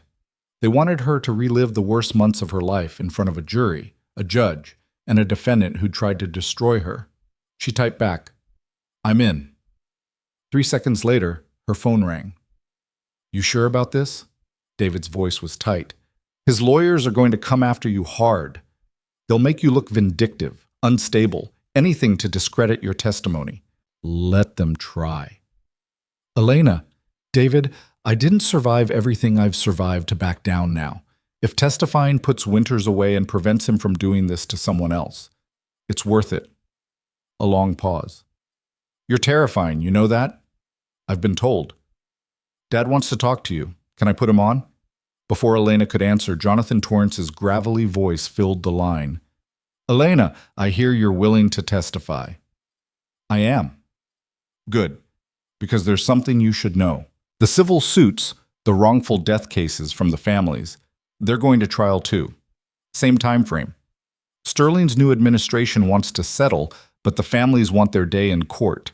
They want the world to know what happened to their loved ones. Elena's chest tightened. What do you need from me? Same thing the prosecution needs. Testimony. Expert witness statement about Sterling's systemic failures. You're the linchpin, Elena. Without you, we've got grieving families and suspicious deaths. With you, we've got proof of institutional negligence and a pattern of cover-ups. Jonathan's voice softened. I know it's asking a lot, but these people deserve justice, and you're the only one who can give it to them. Elena thought about the woman who'd cried on television, talking about her husband's preventable death. About the other families who'd stayed silent for years because they thought no one would believe them. About Jessica Park, the young nurse who'd been sobbing in a Sterling bathroom, convinced she was too stupid to do her job. About every person who'd been crushed by Sterling's machinery and told it was their own fault. "I'll do it," Elena said. "Whatever you need." "Thank you." Jonathan's relief was audible. "And Elena? Rachel wants to see you. She's been asking, would you be willing to meet for coffee sometime?" "Of course." "Good. I'll have David set it up." A pause. "You're changing the world, Elena Cruz. I hope you know that." The call ended. Elena sat in the dark and tried to feel like someone who was changing the world. Mostly, she felt tired and scared and determined in a way that felt less like courage and more like stubbornness refusing to quit. But maybe that was enough. Maybe that was all it ever took. The next morning, Captain Tron pulled Elena aside before her first class. "We need to talk about security." Tran's expression was grave. "CID flagged some concerning activity. Someone's been asking questions about you, digging into your background, your schedule, your mother's medical records." Elena's blood ran cold. "Who?" "Don't know yet. The inquiries are coming through cutouts, lawyers, private investigators, records requests that look legitimate but smell wrong. Could be Sterling's legal team building a case to discredit you. Could be Winter's people trying to find leverage. Either way, it's aggressive and it's coordinated." "What do I do?" "Nothing. You keep your head down and let us handle it." "But Elena?" Tron's eyes were hard. "Watch your back. Don't go anywhere alone. Don't talk to anyone you don't know. And if anything feels off, anything at all, you call base security immediately." "You think they'd try something?" "I think desperate people do desperate things. And a man facing federal prison is about as desperate as it gets." Elena went through the motions of teaching that day, but her mind was elsewhere. On her mother, vulnerable in her apartment despite Reeves's security team. On the trial, looming 3 months away. On the fact that someone was hunting through her life looking for ammunition. That evening, she met Rachel Torrance at a coffee shop near the base. Rachel was smaller than Elena remembered, delicate with the kind of beauty that came from good genes and careful living. But her handshake was firm and her eyes were clear. "Thank you for meeting me," Rachel said as they settled into a corner booth. "I know you're busy." "Never too busy for the woman whose life I saved twice." Elena managed a smile. "How are you feeling?" "Good. Really good. No complications, full lung function. Doctors say I'm cleared for normal activity." Rachel's expression turned serious. "Elena, I need to thank you. Not just for saving my life, but for what you did after. The investigation, the testimony, everything. You could have walked away. You didn't." "I couldn't walk away. Not when people were dying." "Most people would have." Rachel leaned forward. "I've been following the case. I know what you're facing, the trial, the scrutiny, all of it. And I want you to know, whatever you need, you have it. Character witness, financial support, a place to stay if things get ugly. Dad and I, we're in this with you." Elena's throat tightened. "I appreciate that." "I mean it. You saved my life. Let me help protect yours." They talked for an hour about medicine, about Sterling's reformation, about Rachel's wedding plans and Carmen's improving health. It was normal and easy and made Elena realize how few normal conversations she'd had in the last 2 months. As they were leaving, Rachel hugged her. "Be careful, Elena, please. The world needs more people like you, and I'd really hate to see you get hurt." "I'll be careful." But careful wasn't always enough. 2 weeks later, Elena was running a night training exercise, a simulated ambush scenario designed to teach medics how to work under fire, when her phone buzzed with an emergency alert. "Security breach. Carmen Cruz residence. Respond immediately." Elena's heart stopped. She handed command to her assistant instructor and ran for her car, dialing Reeves as she moved. He answered on the first ring. "Cruz, where are you?" "On my way to my mother's apartment. What happened?" "Someone tried to gain access. Claimed to be a home health nurse, had fake credentials, tried to talk their way past my security team. They didn't get in, but Elena..." His voice was tight. "This wasn't amateur hour. Whoever sent them had good intel and better forgeries. If my guys hadn't been there. Is she okay?" She's fine, scared, but fine. I've moved her to a safe location for the night. You need to get to base security now. We're locking this down. Elena made it to her mother's apartment complex in 15 minutes. Police were everywhere. Reeves's security team, two former rangers who looked like they could kill someone with a rolled-up newspaper, stood flanking the entrance. "Where is she?" Elena demanded. "Base housing, guest quarters, under guard," the taller one said. His name was Martinez, and his expression was furious. "Ma'am, the woman who tried to get in? She had a syringe. We found it in her bag after we detained her. Lab's testing it now, but it sure as hell wasn't insulin." Elena's vision went white at the edges. Someone had tried to inject her mother with something. Someone had sent an assassin disguised as a nurse. "Where is she?" "The woman you detained?" "Dallas PD took her into custody. She's not talking yet, but she will." Martinez's jaw tightened. "Colonel Reeves wants you at base security for a full briefing. This is officially an active threat situation." Elena spent the next 4 hours in a conference room with Reeves, Captain Tran, 2 CID investigators, and a representative from the Judge Advocate General's office. The woman who'd tried to access Carmen's apartment was a licensed practical nurse named Jennifer Hayes, no relation to Elena's supervisor, who'd been hired through a temp agency 3 days ago. The syringe contained a massive dose of potassium chloride, enough to stop Carmen's heart within minutes. "This was a hit," one of the CID investigators said bluntly. "Professional, planned, designed to look like a medical accident. If your mother had been alone, if she'd let this woman in, we'd be investigating a homicide." "Who hired her?" Elena's voice was steady, but her hands weren't. "She's not saying," lawyered up immediately, "but we're tracing the money. Temp agency payment came through a shell company registered in Delaware. We'll crack it, but it takes time." Time my mother doesn't have if they try again. "They won't get the chance." Reeves's voice was iron. "Your mother is under military protection now. Guest housing on base, armed guards 24/7, no visitors without clearance. You move into base housing too. No arguments." "What about the trial? I can't testify if I'm in hiding." "You'll testify. We'll just make sure you survive long enough to do it." Reeves leaned forward. "Elena, this is serious." "Someone just tried to murder your mother to intimidate you. They failed, but they'll try something else. We need you locked down tight until Winters is in custody and the trial's over." The JAG representative cleared her throat. "Ms. Cruz, I need to ask, are you still willing to testify? Because if this threat makes you reconsider, the prosecution will understand." Elena thought about Carmen, terrified and alone, nearly killed by someone pretending to help her. About the families who'd lost loved ones and spent years believing they had no recourse. About Jessica Park and every other nurse who'd been beaten down by Sterling's system. About the fact that backing down now would mean Winters won. "I'm testifying," she said. "Whatever it takes." The JAG rep nodded. "Then we'll request protective custody for both you and your mother. Federal marshals, safe house, the works. It'll be restrictive, but you'll be alive." "Do it." Within 24 hours, Elena's entire life had contracted to a secure perimeter.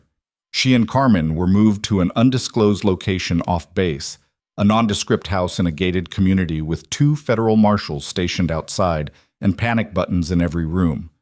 Elena's teaching schedule was modified, so she only appeared on base for essential duties, always with escort.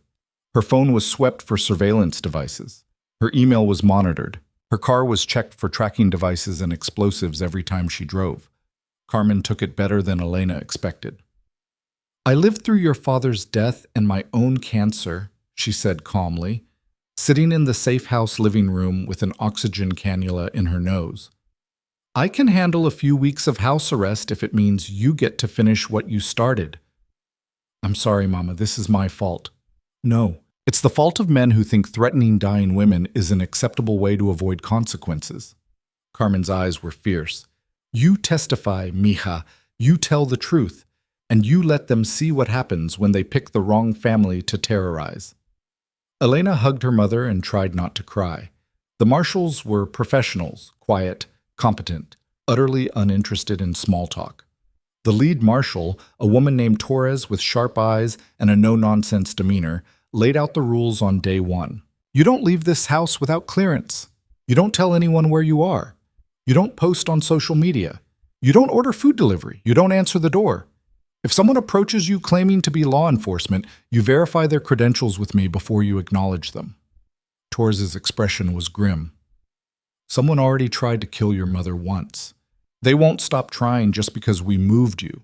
Our job is to make sure they don't succeed. So how long do we have to live like this? Until the trial's over and Winters is convicted. Could be 3 months. Could be longer if there are delays. Can you handle that?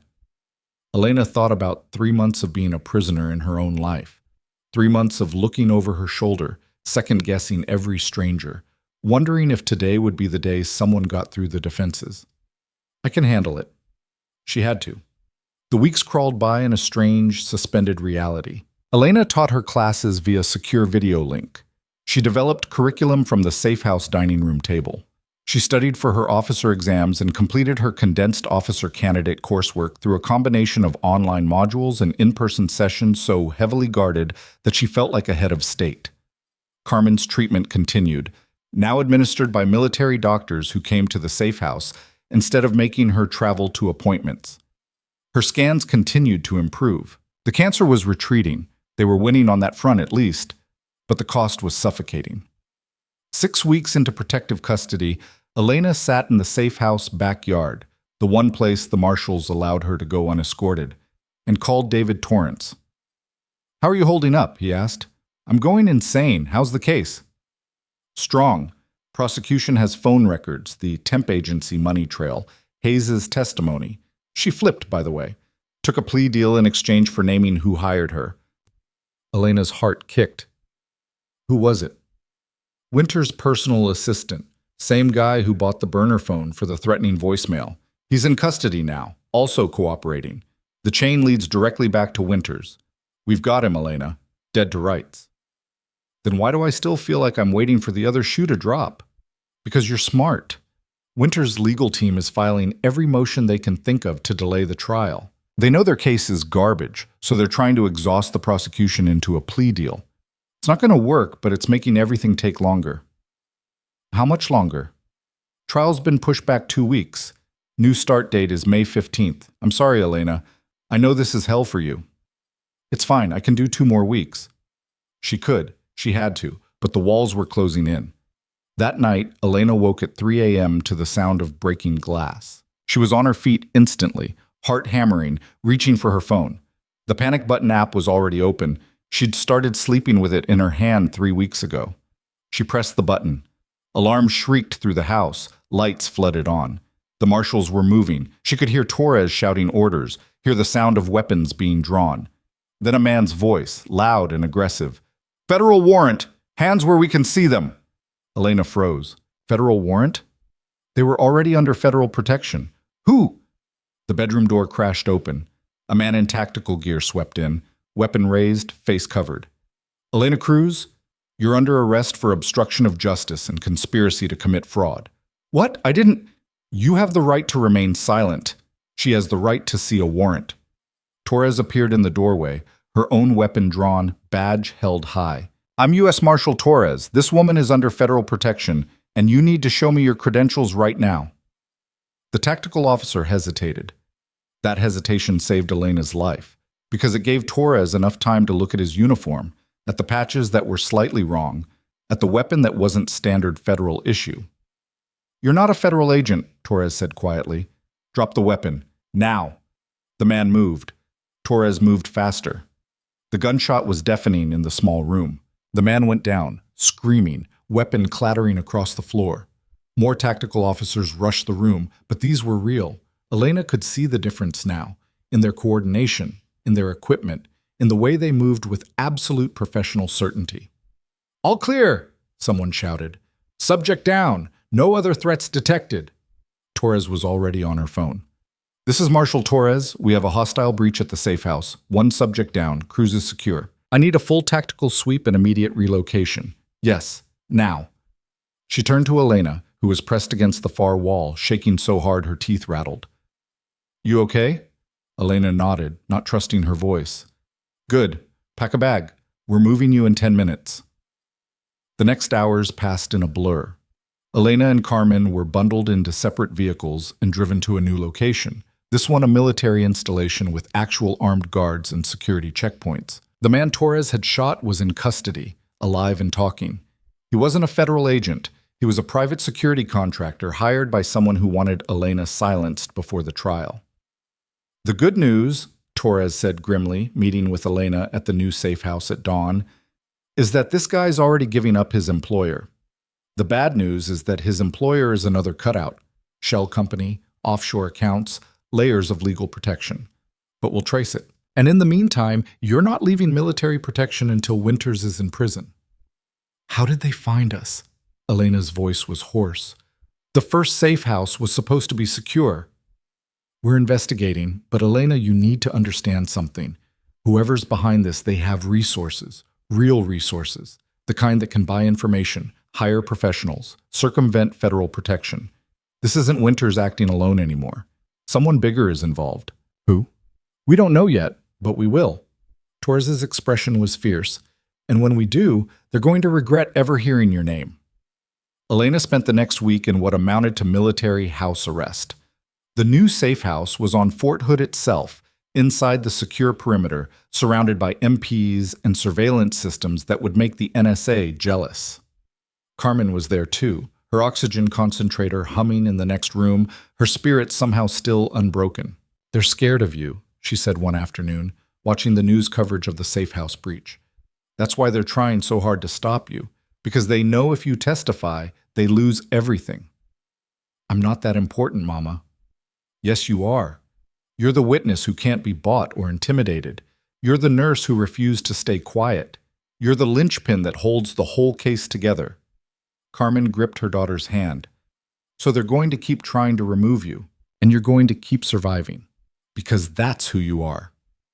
3 days before the trial was set to begin, Elena received a visitor.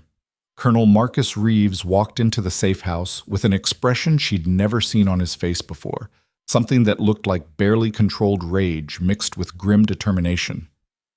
We found him, he said without preamble. The person funding the attacks on you. Elena's stomach dropped. Who? Richard Calloway's uncle, CFO of Sterling Metropolitan. Turns out he's been skimming from hospital funds for years, millions of dollars. The audit Jonathan Torrance ordered? It didn't just find safety violations, it found embezzlement. And you're the witness whose testimony triggered the audit that exposed it all. So he tried to kill me? He tried to silence you before you could testify and before the auditors could dig deep enough to find his financial crimes. He hired Winters' assistant to make the threatening call. He hired the fake nurse to kill your mother. He hired the fake federal agents to kidnap you. Reeves's jaw was tight. He's in custody now, federal charges. He's looking at 20 years minimum. Elena sat down hard. It was never about the medical negligence. It was about the money. It was about both. Calloway's uncle protected his nephew's incompetence because firing him would have triggered scrutiny. Scrutiny would have found the embezzlement. So he paid off families, buried complaints, and did whatever it took to keep Sterling's reputation intact and the auditors away. Reeves's expression was grim. You started pulling on one thread, and the whole thing unraveled. That's why they wanted you dead. Is it over? Are we safe now? You're safe. He's in custody, his assets are frozen, and anyone he hired has either been caught or is running. The trial can proceed without further threats. Elena let out a breath she felt like she'd been holding for months. When? Day after tomorrow. You ready? She thought about everything she'd survived to get to this moment. The firing, the intimidation, the threats, the assassination attempt, the fear that had tried to swallow her whole. I'm ready, she said. And this time, she meant it. The courthouse in downtown Dallas was a fortress. Federal marshals everywhere, metal detectors, bomb-sniffing dogs. News crews camped outside, their cameras tracking every arrival. Elena walked through the security gauntlet in a borrowed suit, professional, forgettable, designed not to draw attention. Carmen was in the gallery, protected by marshals. Rachel and Jonathan Torrance sat 2 rows back. Dr. Sarah Vance was there. Captain Tron had driven down from Fort Hood. The people who mattered were watching. Gerald Winters sat at the defense table in an expensive suit, his expression carefully neutral. But Elena could see the fear in his eyes. could see him recognize her as she walked to the witness stand, could see him realize, finally, that she wasn't going away. The prosecutor, a sharp woman named Catherine Morrison, approached the stand with a kind smile. "Ms. Cruz, can you please state your current occupation for the record?" "I'm a civilian medical contractor with Fort Hood and a commissioned officer candidate with the United States Army Medical Corps." A murmur went through the courtroom. Winter's lawyer looked up sharply. "And previously you were employed at Sterling Metropolitan Hospital. Is that correct?" "Yes." "Can you describe the culture at Sterling Metropolitan during your employment there?" Elena took a breath and began to tell the truth. She spoke for 2 hours about the patients who died because doctors froze and nurses were punished for intervening, about the complaints that were buried and the families that were paid off, about the systematic protection of incompetent physicians at the cost of patient safety, about being fired for saving Rachel Torrance's life, about the voicemail threat against her mother, about everything Gerald Winters had done to protect a broken system that enriched him while killing the vulnerable. Winters' lawyer tried to rattle her during cross-examination. "Ms. Cruz, isn't it true that you were terminated for insubordination?"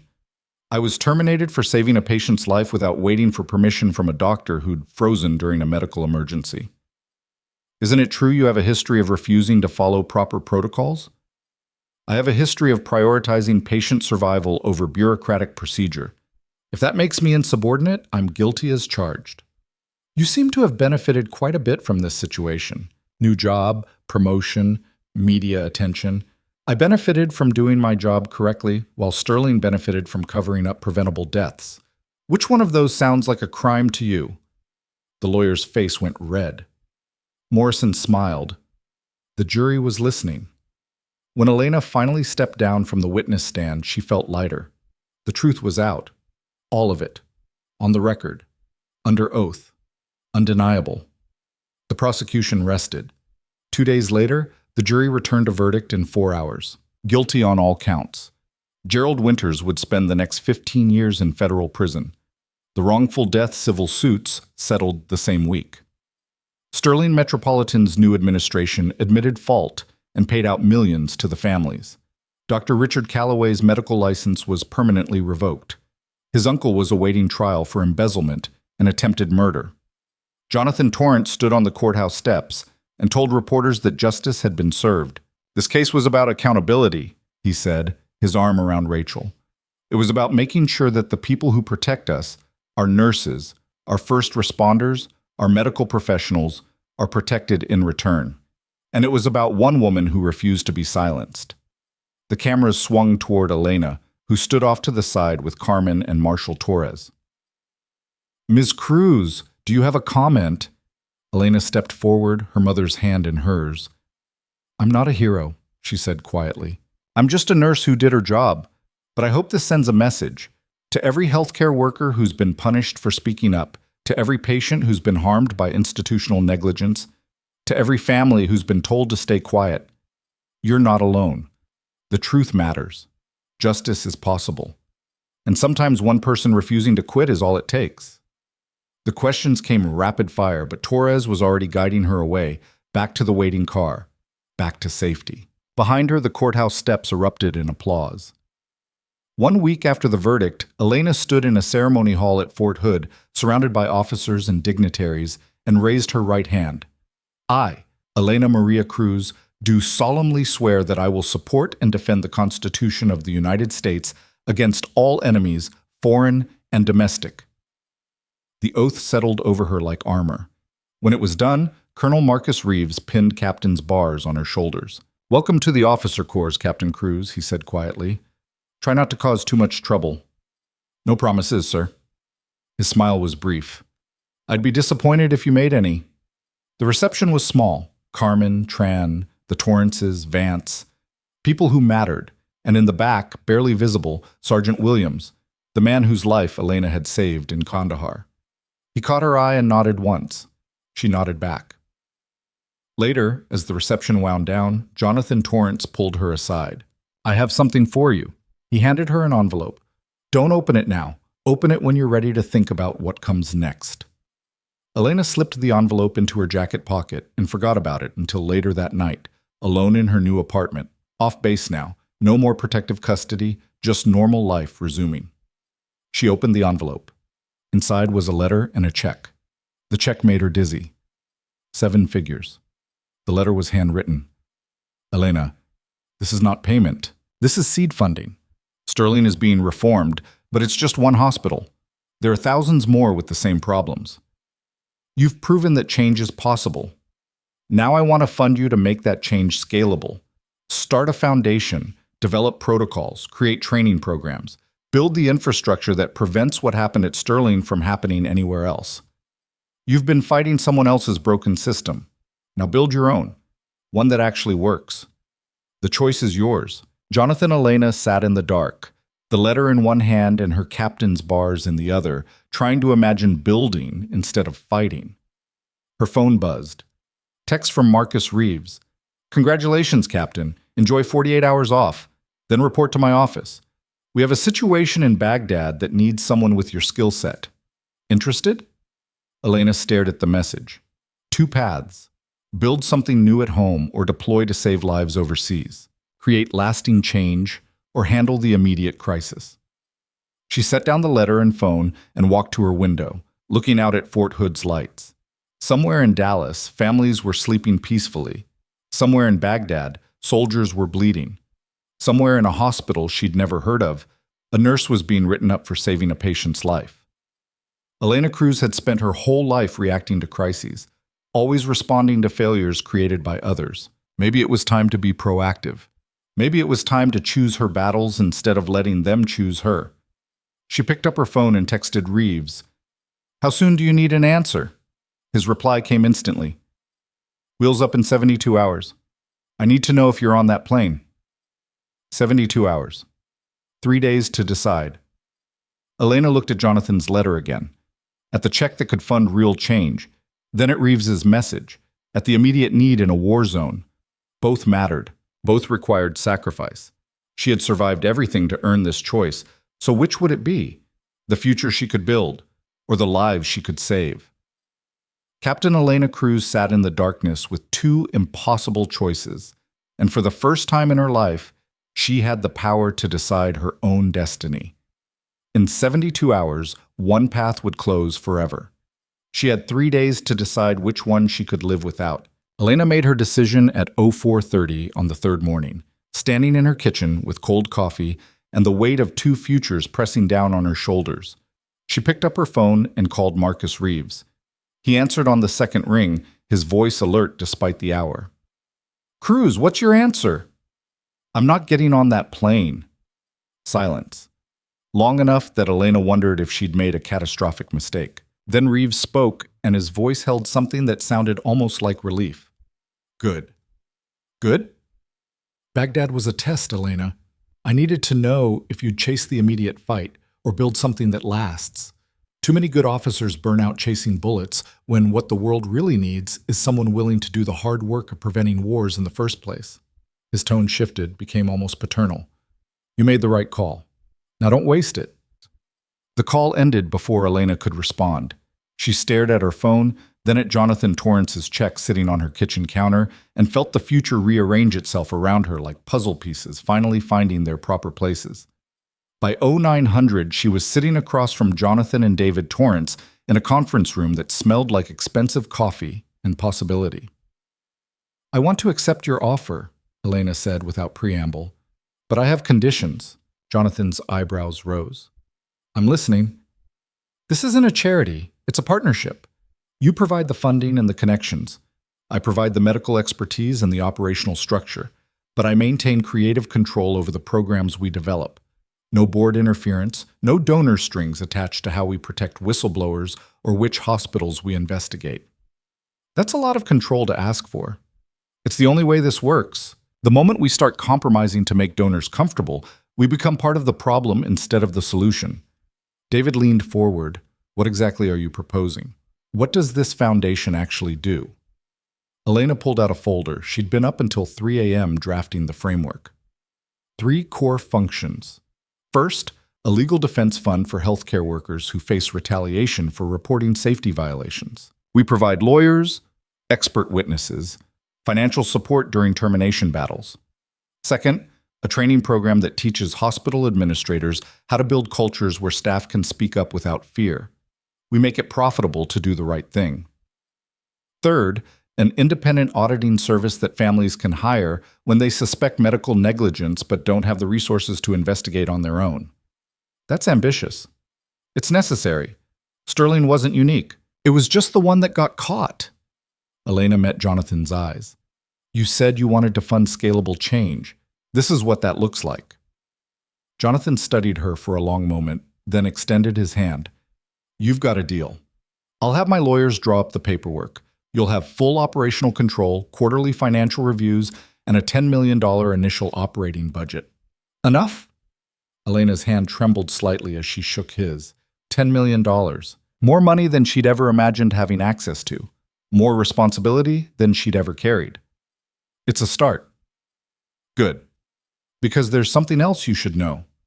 Jonathan's expression turned grim. Sterling's new CEO reached out to me yesterday. Dr. Amanda Singh, she wants to meet with you. Elena's stomach tightened. Why? She wouldn't say over the phone, but she was insistent, said it's about finishing what you started. 2 days later, Elena walked into Sterling Metropolitan Hospital for the first time since her termination. The building looked the same: marble lobby, corporate art, the sanitized smell of money pretending to be medicine. But something fundamental had shifted. She could feel it in the way staff moved through the corridors, in the absence of the tense, hunted expressions she remembered from her time here. Dr. Amanda Singh met her in the executive conference room. She was younger than Elena expected, maybe 45, with sharp eyes and the kind of direct manner that suggested military or emergency medicine background.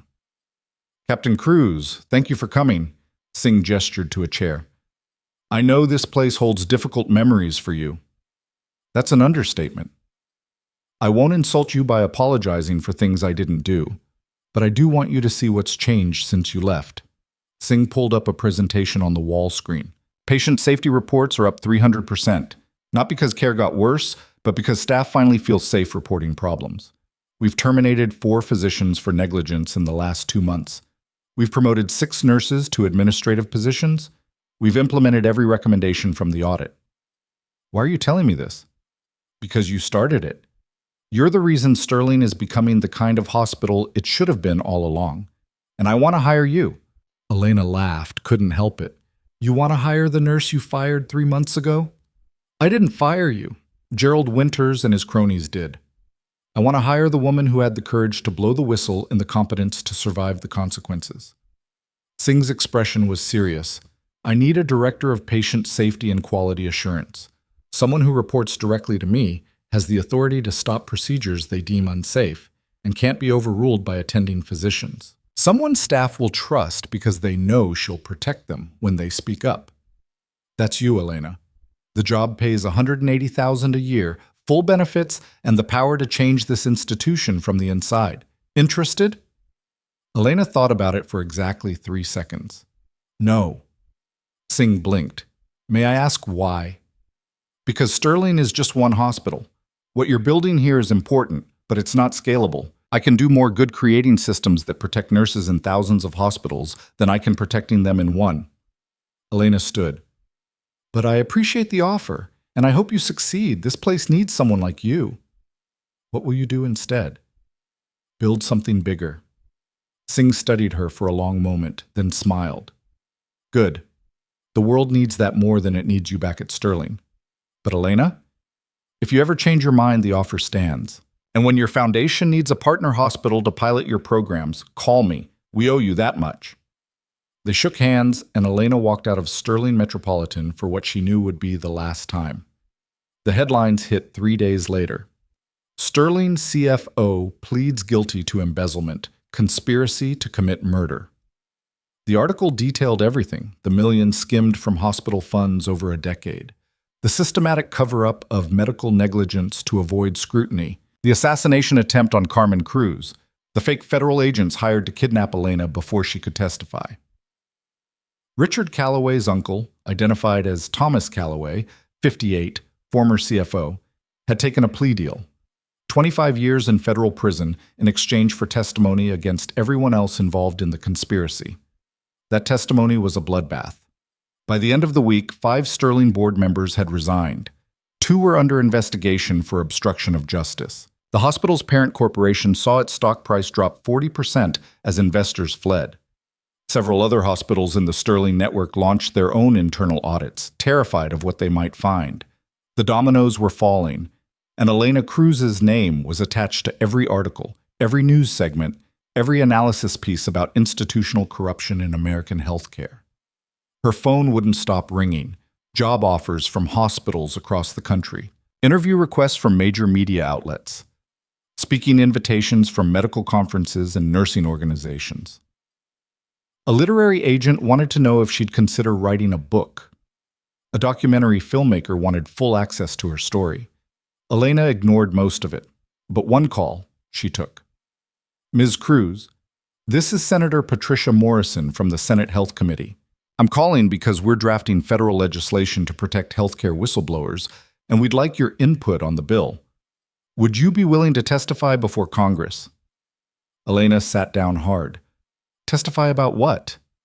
About everything. Your experience at Sterling, the retaliation you faced, the attempt on your mother's life, the systemic problems that allowed all of this to happen. We need a human face on this issue, and more importantly, we need someone with your credibility to explain why these protections matter.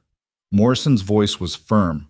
This is a chance to change federal law, Ms. Cruz, to make what happened to you illegal nationwide. Are you in? Elena thought about Jessica Park, the young nurse who'd been crying in a Sterling bathroom. About Marco Delgado, too scared to speak up because he had a mortgage. About every healthcare worker who'd been punished for doing the right thing and had no recourse, no protection, no hope.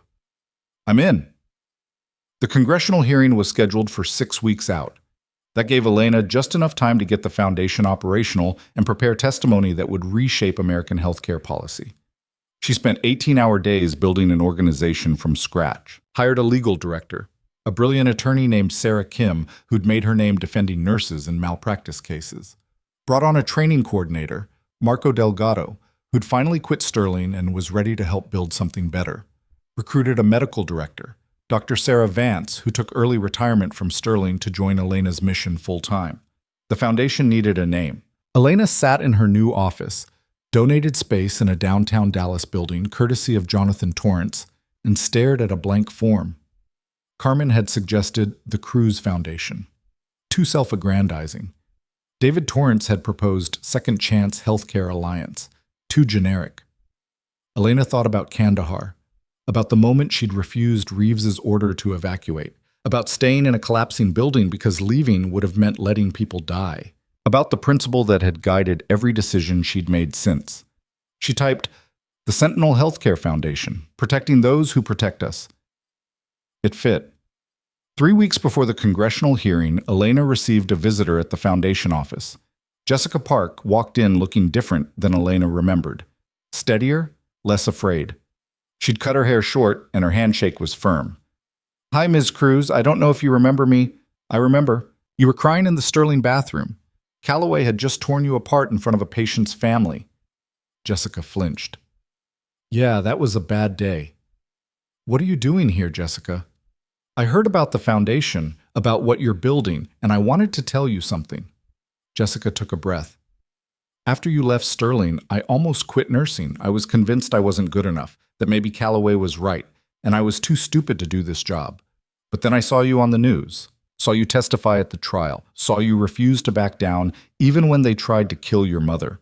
And I realized if you could survive all that and keep fighting, I could survive one asshole attending and keep nursing." "Did you quit Sterling?" "No, I stayed. I reported Calloway to the new administration for his treatment of junior staff. They investigated. Turns out I wasn't the only nurse he'd been abusing. He was forced to resign." Jessica's smile was fierce. "I got to watch him pack his office. Best day of my career." Elena felt something warm bloom in her chest. "Good for you." "I'm not done. I'm here because I want to work for you, for the foundation.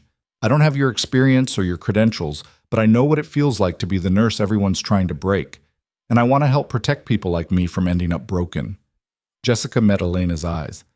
I'll take any job you have, administrative assistant, file clerk, whatever. I just want to be part of this. Elena studied the young woman who'd been sobbing in a bathroom 3 months ago and saw steel where there'd been only fear. We need a patient liaison, someone who can work with families navigating the aftermath of medical negligence, someone who understands what it's like to be vulnerable in a system designed to crush you. Interested? Jessica's eyes went wide. Are you serious? Dead serious. Pay is $45,000 to start, full benefits, and you'll be working directly with our legal team. You'll need to get trained on patient advocacy protocols and family support services, but I think you can handle it. What do you say? I say yes. Absolutely yes. When do I start?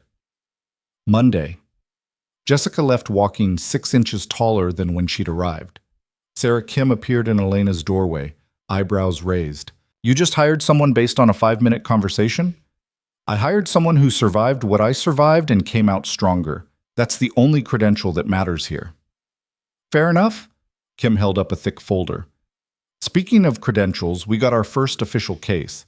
Nurse in Austin, fired for reporting that a surgeon was operating while impaired. Hospitals claiming she violated patient privacy by discussing the surgeon's behavior. She's facing license suspension and can't afford a lawyer. What's her name? Patricia Williams. Single mother, 2 kids, no savings. She's about to lose everything for doing the right thing. Elena took the folder. Not on my watch. Get our legal team on this immediately. Full representation, no cost to her. And Sarah? Make sure the hospital knows who's backing her. I want them to understand what they're up against. Kim's smile was sharp. This is going to be fun. The Austin case made national news within 48 hours. Sentinel Foundation defends fired nurse in landmark whistleblower case. Elena gave one interview to a healthcare reporter from the Washington Post and laid out her position with brutal clarity. Hospitals protect dangerous doctors because it's cheaper than protecting vulnerable patients. They fire nurses who speak up because silence is more profitable than safety. The Sentinel Foundation exists to make that calculation too expensive to sustain. We have the resources to fight every retaliation case, the expertise to win, and the determination to make examples out of institutions that punish honesty. This is just the first case. There will be hundreds more.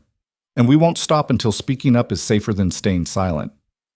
The article went viral. Within a week, the Sentinel Foundation had received 247 requests for assistance from healthcare workers across the country.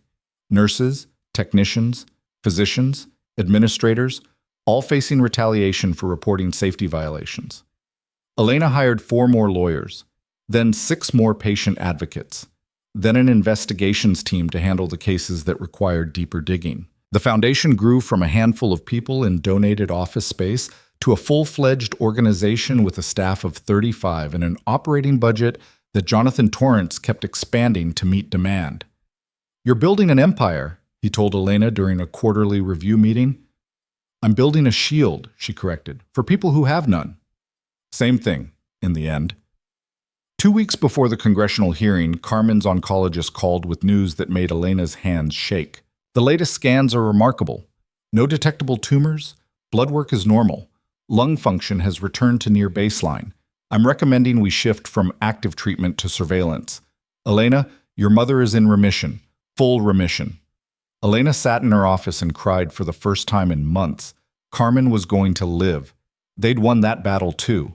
That night, Elena took her mother to dinner at the nicest restaurant Carmen had ever refused to let her pay for, and they toasted with sparkling water because neither of them drank.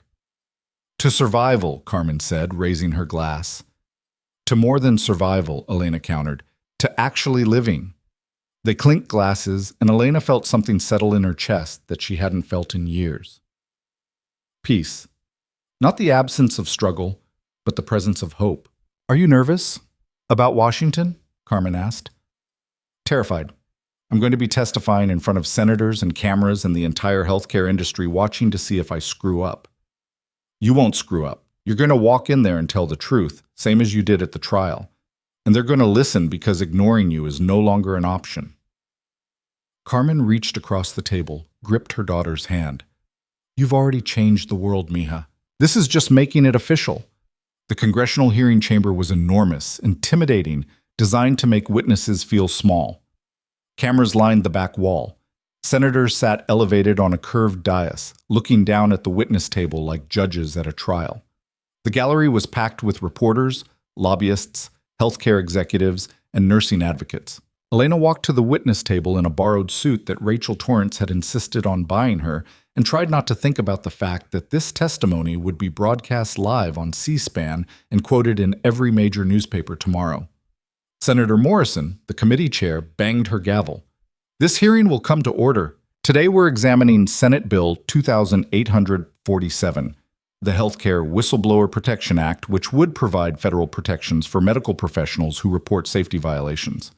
Our first witness is Captain Elena Cruz, United States Army Medical Corps and founder of the Sentinel Healthcare Foundation. Captain Cruz, thank you for being here.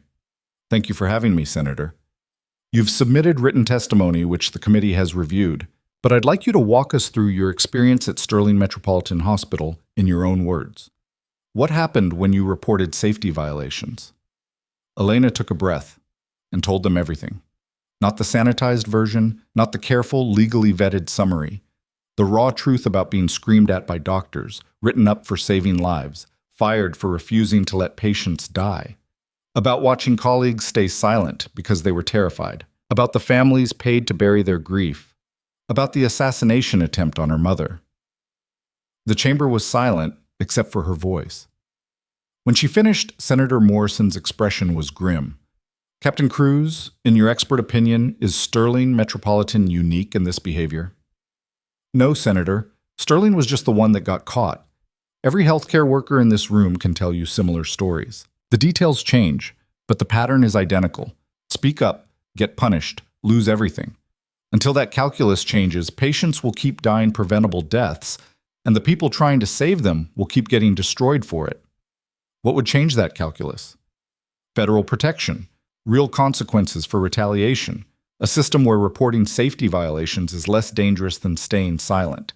This bill would create that system. It's not perfect, but it's necessary. A senator from the opposition party, a man whose campaign Elena knew had received substantial donations from hospital lobby groups, leaned forward with a skeptical expression.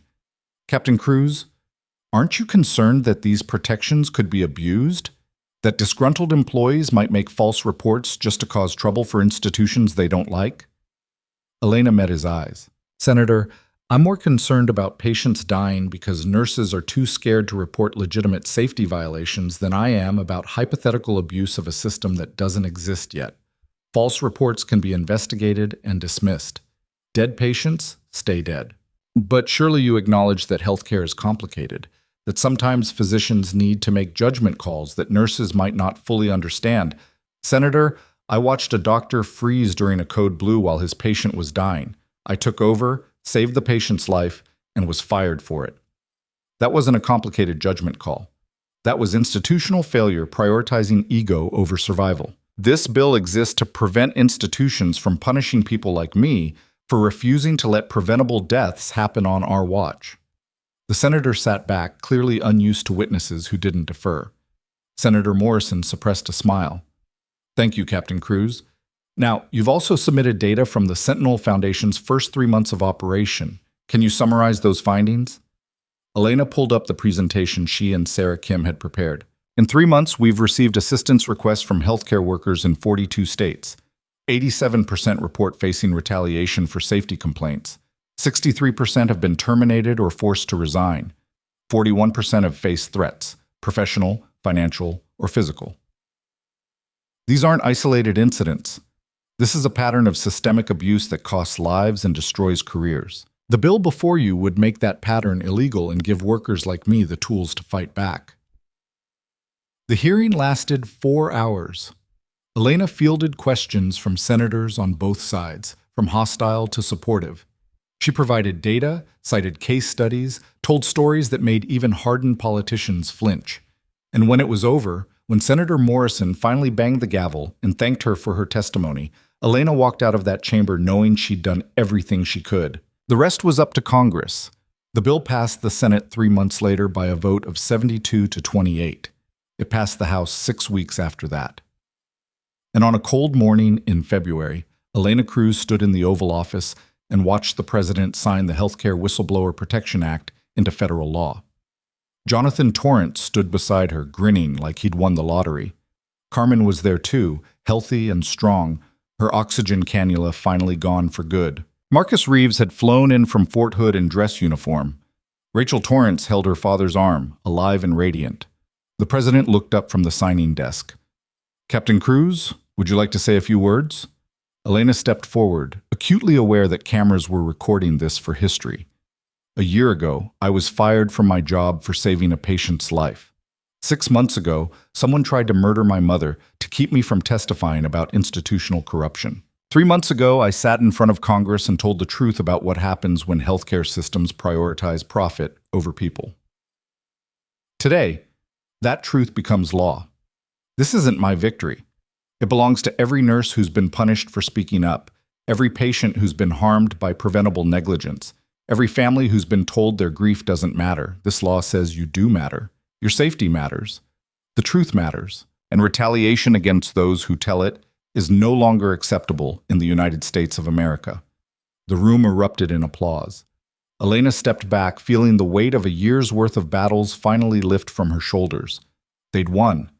Not just the trial, not just the case, not just the legislation. They'd changed the entire system. That night, Elena returned to Dallas and walked into the Sentinel Foundation office to find her entire staff waiting with champagne and a banner that read, "We did it." Sarah Kim raised her glass. "To the woman who refused to quit." "To the team that made quitting impossible," Elena corrected. They drank and celebrated and told stories about the cases they'd won, the nurses they'd protected, the institutions they'd forced to change. And in the middle of the celebration, Elena's phone buzzed with a text from an unknown number. "You destroyed my career. You destroyed my family. You think you've won, but this isn't over. You'll pay for what you did to us." The message was unsigned, but Elena knew who it was from. Gerald Winters had been released on parole 2 weeks ago after serving only 18 months of his 15-year sentence. Early release for good behavior and cooperation with federal investigators. She'd known this was coming, had been waiting for it, really, because men like Winters didn't accept defeat. They nursed grudges and waited for opportunities and convinced themselves that their downfall was someone else's fault. Elena forwarded the message to Marshal Torres with a single line. "He's making contact. What do I do?" Torres called her immediately. "Don't respond. Don't engage. I'm notifying his parole officer. This is a violation of his release conditions. He's not supposed to contact you or your family under any circumstances." "Will they revoke his parole?" "If we can prove he sent it, yes. But Elena, you need to be careful.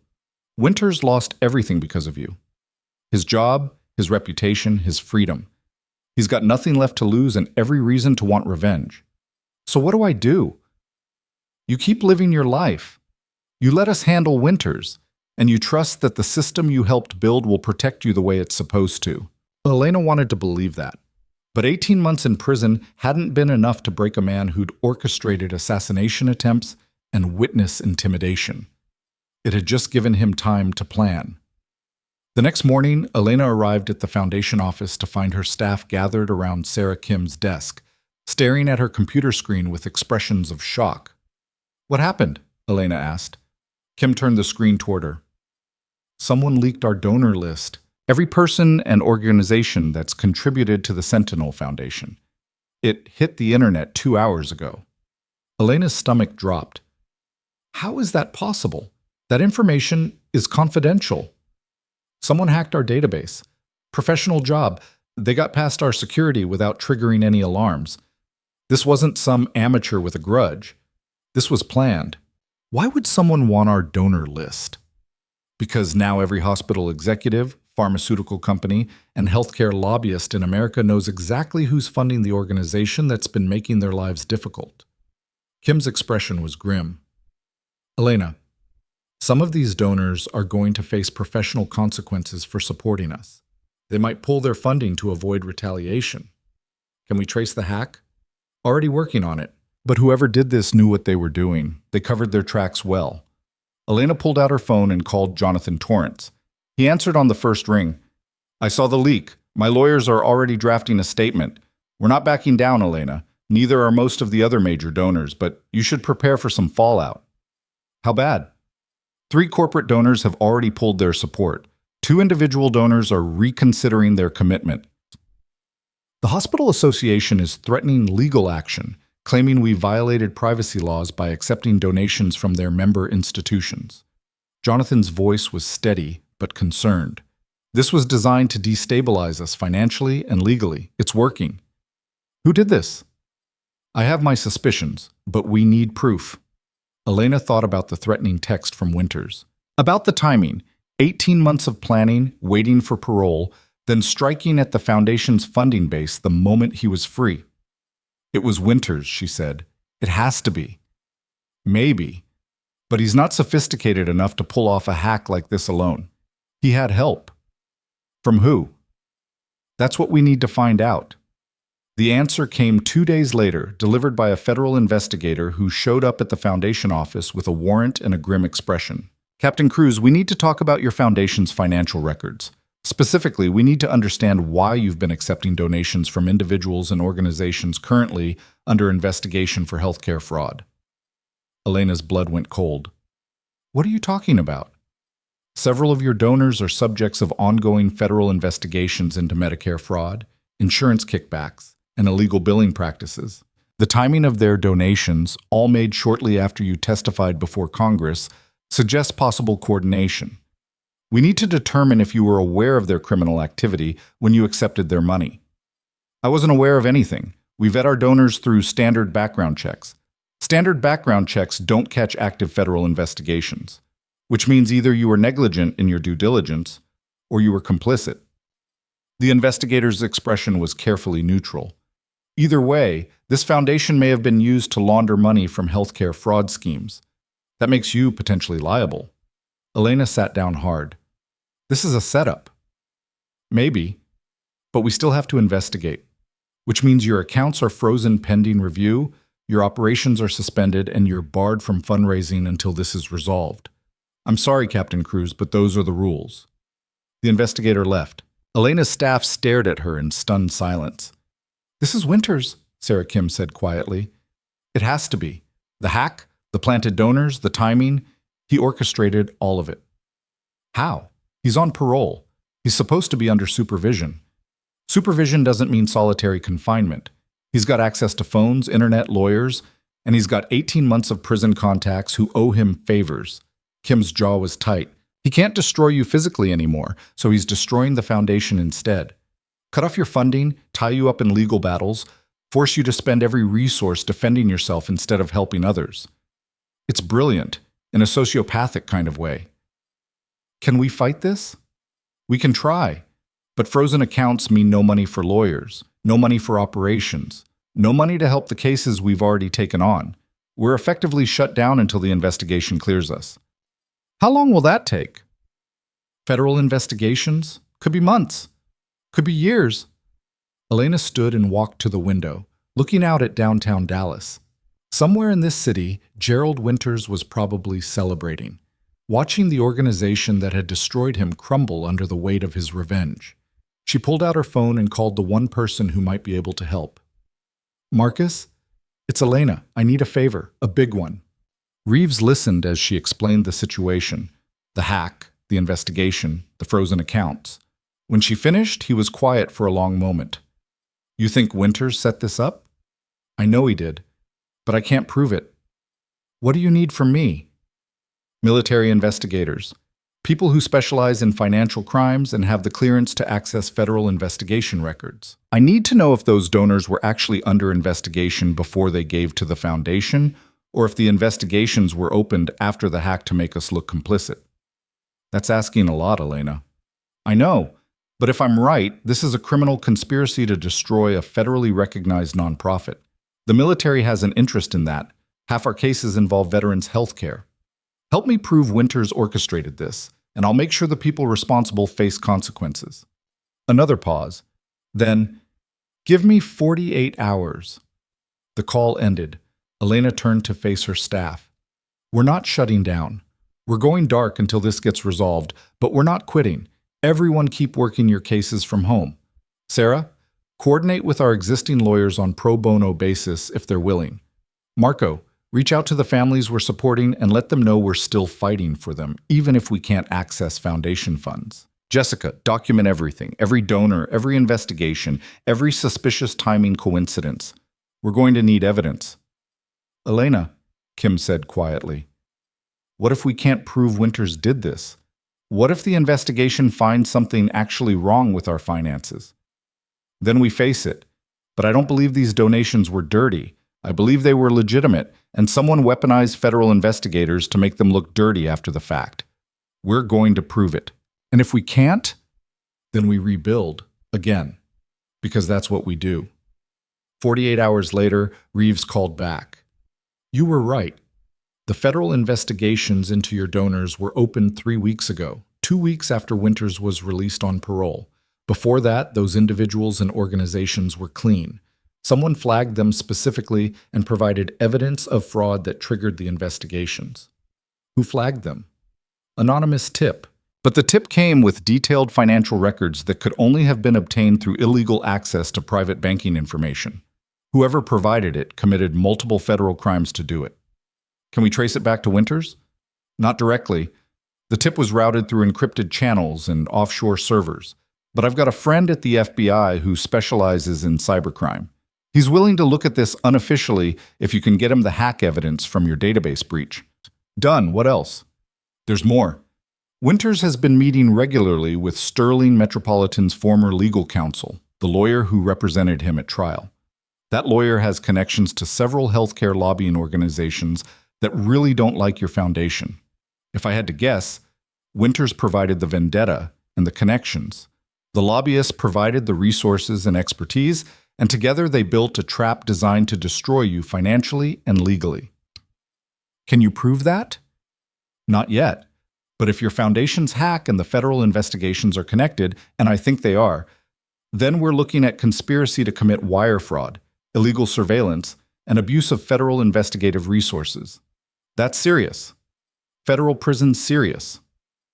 Elena felt something cold and sharp settle in her chest. How do we prove it?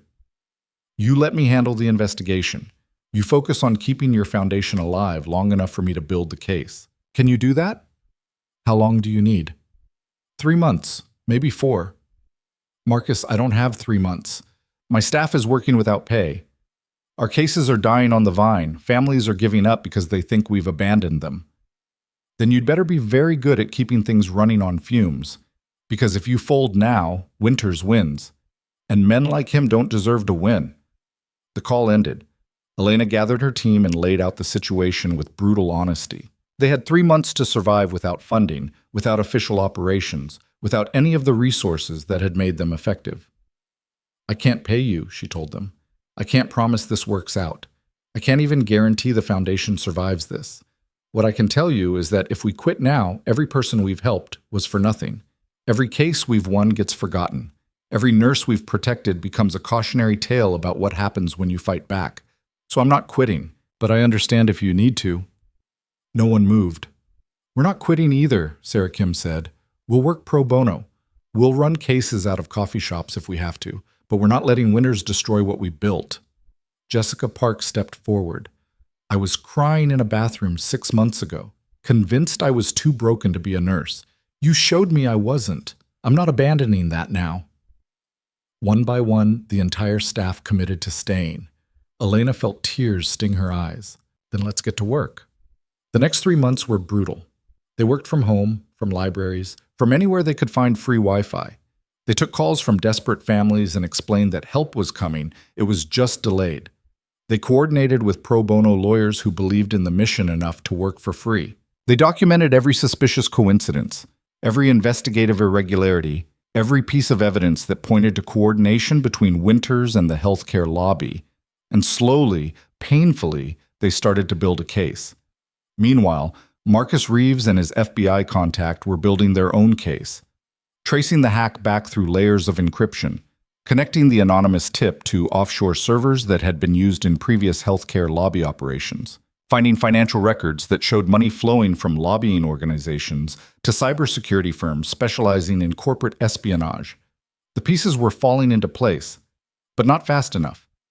2 months in, Elena got a call from Patricia Williams, the Austin nurse whose case had been the Foundation's first. Elena, I'm sorry. I can't keep fighting.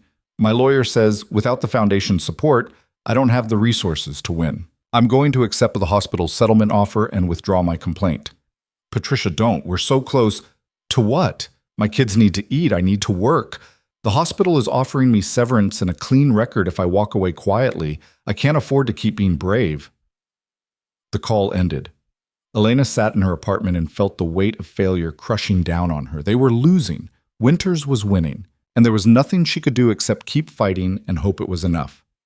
Then, 3 weeks before the investigation deadline, something broke. Sarah Kim burst into Elena's apartment at 7 a.m., laptop in hand, eyes wild with something between terror and triumph. We got him! Elena, we got him! What are you talking about? Winters. He screwed up. Made a phone call from his parole-approved cell phone to one of the lobbying organizations. The FBI was already monitoring them because of the healthcare fraud investigations. They recorded the whole conversation. Kim pulled up the audio file. Listen. Elena listened, and heard Gerald Winters, clear as day, discussing payment for the hack, confirming the plan to use fraudulent investigations to freeze the Foundation's accounts, laughing about how Cruz would be destroyed just like she'd destroyed him. Every word was a federal crime. Every sentence was evidence. When the recording ended, Elena looked at Kim with something that felt like vindication burning in her chest. Send it to Reeves, send it to the FBI, send it to every prosecutor who worked the original case. Her voice was steady, cold, final. Winters wanted war. Let's give him one. He can't win. The arrests happened 48 hours later. Federal agents took Gerald Winters into custody at his parole officer's office, charging him with conspiracy to commit wire fraud, illegal surveillance, obstruction of justice, and violations of his parole conditions. 3 healthcare lobbyists were arrested simultaneously. The cybersecurity firm that had executed the hack had its assets frozen. And the federal investigation into the Sentinel Foundation was officially closed with a finding of no wrongdoing. The donors had been clean until someone manufactured evidence against them. The Foundation's accounts were unfrozen. Operations resumed, and Elena Cruz stood in front of news cameras and made a statement that would be quoted in law schools for decades. Gerald Winters tried to destroy me because I told the truth about institutional corruption. When he failed, he tried to destroy my mother. When that failed, he tried to destroy the foundation I built to protect others from people like him. He failed at that too. Because the truth is stronger than revenge, justice is more powerful than grudges, and people who fight for what's right don't quit just because the battle gets hard. Mr. Winters is going back to prison. This time, for the full term he should have served the first time. And the Sentinel Healthcare Foundation is going to continue protecting whistleblowers, defending patients, and making sure that what happened to me never happens to anyone else. The cameras flashed. The questions came. But Elena was done answering. She walked away from the podium and back into her life, knowing that the war was finally truly over. Winters was facing 20 additional years in federal prison. The Foundation was stronger than ever. And Elena Cruz had proven, one final time, that the girl they'd tried to destroy was the woman they'd never defeat. But that night, alone in her apartment, Elena's phone buzzed with one last message from a blocked number. You think this is over? You think putting me in prison ends it? I've got friends on the outside, Cruz, people who owe me, people who hate you as much as I do. Watch your back. This isn't finished. Elena stared at the message for a long time. Then she forwarded it to Marshal Torres, to Reeves, to the FBI agents handling Winters' case. And she typed back a single sentence. Come at me again. I dare you. She hit send and waited. No response came. But Elena knew with absolute certainty that Gerald Winters had just made his final mistake. Because threatening her one more time meant one more federal crime, one more violation, one more reason to make sure he never saw daylight again. The war was over, but Elena Cruz was ready if it ever started again. The response from federal prosecutors came within 6 hours. Not a phone call, a personal visit. 2 FBI agents arrived at Elena's apartment at 2200 hours, their expressions grave and professional. Captain Cruz, we need you to come with us. Now. Elena's heart kicked into overdrive. What happened? Gerald Winters violated his parole conditions by contacting you. That message you forwarded triggered an immediate warrant. We arrested him 40 minutes ago. The lead agent, a woman named Rodriguez, gestured toward the door. He's demanding to speak with you, says he has information about additional threats against you and your foundation. Information he'll only share if you're present during his interrogation. That's a trap. Probably. But if he knows something about active threats, we need to hear it. And he's not talking unless you're there. Rodriguez's expression was carefully neutral. You don't have to do this. We can proceed without you, but if you want to face him one last time, this is your chance. Elena thought about that for exactly 5 seconds. Let's go. The FBI field office was brutally lit, all fluorescent efficiency and government-issue furniture. They led Elena to an observation room with one-way glass overlooking an interrogation cell. Gerald Winters sat at a metal table in an orange jumpsuit, his hands cuffed, his face haggard, but his eyes still burning with that familiar hatred. He looked up as Elena entered the observation room, even though he shouldn't have been able to see through the glass. I know you're there, Cruz, he said, his voice carrying through the intercom. I can feel you watching. Rodriguez stood beside Elena. We can turn this off anytime you want. No, let him talk. The interrogating agent, a man named Foster, sat across from Winters with a file folder and a recorder. Mr. Winters, you stated you had information about threats against Captain Cruz and the Sentinel Foundation? We're listening? Winters smiled. It was a terrible thing. I'll talk, but only if she comes in here, face to face. No glass between us. Absolutely not, Rodriguez said immediately. But Elena was already moving toward the door. It's fine, I'll do it. Captain Cruz, he's cuffed. You've got armed agents in the room. What's he going to do? Elena met Rodriguez's eyes. I need to hear this. And he needs to see that I'm not afraid of him anymore. Rodriguez hesitated, then nodded. 5 minutes. That's all you get. Elena walked into the interrogation room and sat down across from the man who'd tried to destroy her life. Up close, Winters looked worse than she'd expected. Prison had aged him a decade. His hands trembled slightly. His eyes were bloodshot, but the hatred was still there, sharp and bright and consuming. Hello, Elena, he said softly. You wanted to talk. So talk. You took everything from me, my career, my reputation, my freedom. My family won't even speak to me anymore because of you. His voice was conversational, almost pleasant. Do you have any idea what that feels like? To lose everything because one self-righteous nurse couldn't keep her mouth shut? I know exactly what it feels like. You tried to do the same thing to me. The difference is, I was telling the truth and you were covering up preventable deaths. Winter's smile widened. The truth. You keep talking about the truth like it's some sacred thing. But the truth is just a weapon, Elena, and you wielded it better than I gave you credit for. I underestimated you. That was my mistake. What threats were you talking about? What information do you have? Oh, there are no threats. Not anymore.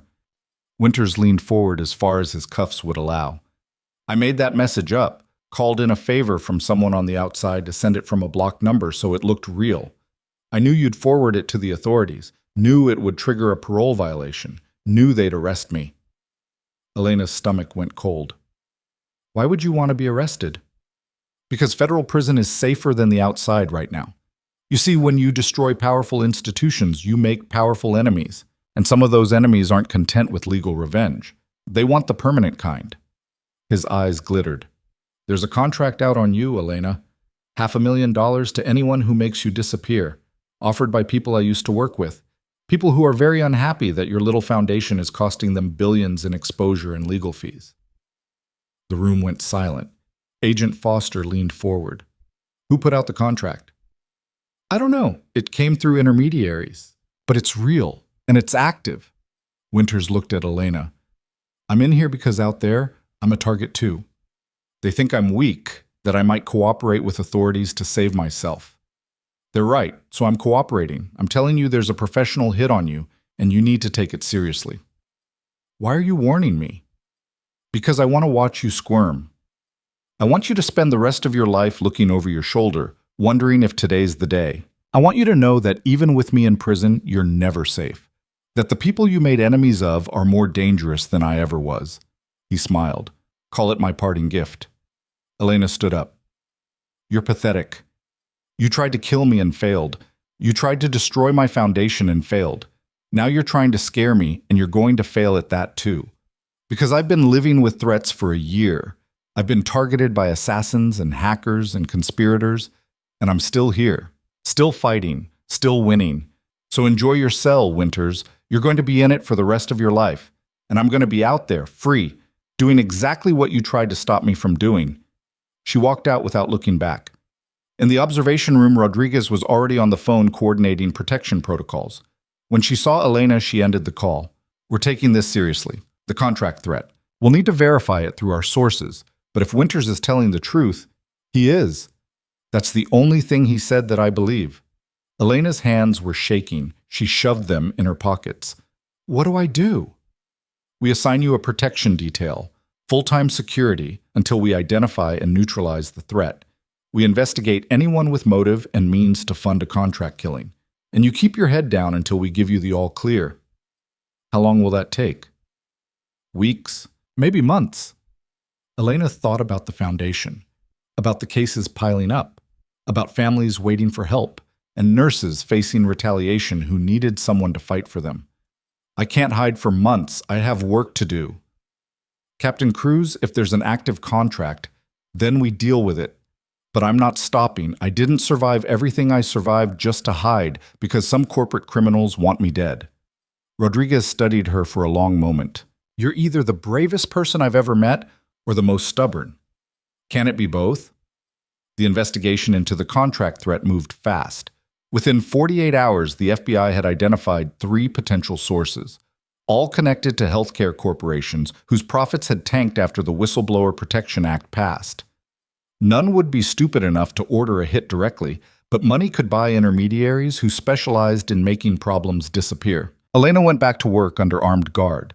Federal agents accompanied her to the foundation office, sat outside her apartment, followed her car. It was suffocating and necessary, and a constant reminder that doing the right thing came with a cost. But she refused to let it slow her down. The Sentinel Foundation had survived financial attacks, legal assaults, and institutional resistance. It would survive this too. 2 weeks into the protection detail, Sarah Kim knocked on Elena's office door with an expression Elena had learned meant either very good news or catastrophically bad news. "We just got contacted by the Department of Justice. They want to partner with us." Elena looked up from the case file she'd been reviewing. "Partner how?" "They're launching a national task force to investigate healthcare fraud and patient safety violations. They want the Sentinel Foundation to serve as the primary intake point for whistleblower complaints. We'd screen cases, provide initial legal support, and refer the most serious ones to federal prosecutors." Kim's eyes were bright. "Elena, this would make us official, government-backed, untouchable." "What's the catch?" "We'd have to agree to federal oversight, regular audits, transparency requirements, and we'd be working directly with the same government agencies that just spent 3 months investigating us for fraud." Elena thought about that. About independence versus legitimacy, about staying pure versus scaling impact. "Set up a meeting. I want to hear their proposal directly." The meeting happened 3 days later in a conference room that overlooked downtown Dallas. The DOJ representatives were serious, professional, and surprisingly deferential. "Captain Cruz, your foundation has accomplished in 1 year what federal agencies have been trying to do for decades. You've given healthcare workers a reason to believe that speaking up won't destroy their lives. We want to amplify that, make it official, turn the Sentinel Foundation into the model for how whistleblower protection should work nationwide." Elena listened to the pitch. The resources they'd provide, the cases they'd funnel to the foundation. The protection that came with federal backing, it was everything she'd built toward. But it came with strings. "I need guarantees," Elena said. "The foundation maintains operational independence. We choose which cases to take. We don't drop cases because they're politically inconvenient. And if federal oversight becomes federal interference, we walk away. Those are reasonable terms. We can work with that. And one more thing. Any healthcare worker who comes to us gets protected before they testify, not after. I'm not asking people to sacrifice their careers on the promise that justice might eventually happen. Protection comes first. The DOJ lawyer nodded slowly. That's ambitious, but we can try. Trying isn't good enough. Make it policy or we're not interested. A long pause. Then the lead DOJ representative extended her hand. You drive a hard bargain, Captain Cruz. We have a deal. Elena shook her hand and felt the Foundation's future click into place. They were no longer just a nonprofit fighting from the margins. They were a partner in federal law enforcement, a recognized authority, an institution that even powerful enemies couldn't easily destroy. They'd won, completely. The contract threat was neutralized 2 weeks later when FBI cybercrime units traced the cryptocurrency payment to a shell corporation controlled by executives at 3 major hospital systems. The arrests were public, brutal, and sent shockwaves through the healthcare industry. Ordering a hit on a federal whistleblower turned out to be a spectacularly stupid idea. The executives faced federal conspiracy charges. Their companies faced congressional investigations. And the Sentinel Foundation became untouchable overnight. No one wanted to be the next cautionary tale about what happened when you came after Elena Cruz. On a warm afternoon in late spring, Elena stood in front of the Foundation's new headquarters, a full floor of office space in downtown Dallas, paid for by a combination of federal grants and private donations that had flooded in after the contract threat went public. The building's lobby displayed a plaque that read, "In memory of the patients who died preventable deaths, and the healthcare workers who refused to stay silent." Carmen stood beside her daughter, healthy and strong, her cancer officially in full remission. "You did it, mija," she said quietly. "You changed everything." "We did it," Elena corrected. "You, me, everyone who refused to quit." Inside the building, the Foundation staff had grown to 85 people. They were handling 2,000 active cases. They'd helped pass whistleblower protection laws in 17 states. They trained over 500 hospital administrators on building speak-up cultures. The impact was measurable, undeniable, and growing. But the moment Elena was most proud of came later that week, when Jessica Park walked into her office with tears streaming down her face. "I just got off the phone with a nurse in Oregon. She reported her attending for sexually harassing staff. The hospital tried to fire her for making unfounded accusations. We got her a lawyer, documented everything, and the hospital just settled. Full reinstatement, back pay, and the attending's been terminated." Jessica's voice shook. "She said she wouldn't have survived this without us, that we saved her career and maybe her life. Elena, we're actually doing this. We're actually saving people." Elena stood and hugged the young woman who'd been crying in a Sterling bathroom a year ago and felt the full weight of what they'd built settle over her like a mantle. This was the work. Not the headlines or the legislation or the federal partnerships. This, individual people saved, careers preserved, lives protected, one nurse at a time. That evening, Elena received a final message. This one from an email address she recognized. Dr. Amanda Singh, Sterling Metropolitan CEO. "Captain Cruz, I wanted you to know that Sterling just completed its first full year under new leadership. Patient safety reports are up 400%. Staff retention has improved by 60%. We've had 0 preventable deaths attributed to physician negligence. More importantly, nurses here tell me they feel safe speaking up. They know the hospital will back them. They trust the system again. None of that would have happened without you. You didn't just expose what was broken. You showed us what fixing it looks like. Thank you." Dr. Amanda Singh. Elena read the message twice, then forwarded it to her entire staff with a single line. "This is why we fight." 6 months later, Elena stood on a stage at the National Nurses Association conference in front of 3,000 healthcare workers and gave a speech she'd been preparing her entire life. "A year and a half ago, I was fired from my job for saving a patient's life. I was threatened, investigated, nearly killed. People tried to destroy my career, my family, my future. They failed, not because I was special or brave or anything other than stubborn. They failed because I refused to accept that doing the right thing should cost everything, and because enough people stood with me that eventually the system had no choice but to change." She paused, looking out at the sea of faces. Nurses who'd lived versions of her story, who'd been punished for speaking up, who'd wondered if fighting back was worth the cost. I'm here to tell you it's worth it. Every battle, every risk, every moment of fear. Because you are not disposable. Your voice matters. Your integrity matters. And when you speak up for patients who can't speak for themselves, you're not being insubordinate or difficult or any of the other things bad institutions call you. You're being exactly what a nurse is supposed to be. You're being a protector, an advocate, a person who cares more about saving lives than preserving hierarchies. The applause started small, then built like a wave. The Sentinel Healthcare Foundation exists because I got tired of watching good nurses get destroyed for being good nurses. We've helped 2,000 people fight back against retaliation. We've changed laws in 17 states. We've partnered with federal agencies to make whistleblower protection standard practice. But the real victory isn't in the numbers.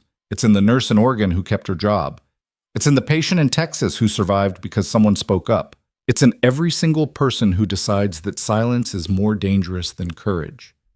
She took a breath, felt tears threatening, but refused to let them fall. You are not alone. You never have to be alone again. If you see something wrong, report it. If someone retaliates, fight back. And if you need help fighting, call us. Because the days of punishing nurses for saving lives are over. We ended them, together. The standing ovation lasted 5 minutes. Afterward, nurses lined up to shake her hand, to share their stories, to thank her for showing them that fighting back was possible. One elderly nurse, probably in her 70s, gripped Elena's hands with surprising strength. I worked 40 years in hospitals that punished honesty. I stayed quiet because I was scared, watched patients die because I was scared. I retired last year hating myself for my cowardice. The woman's eyes were bright.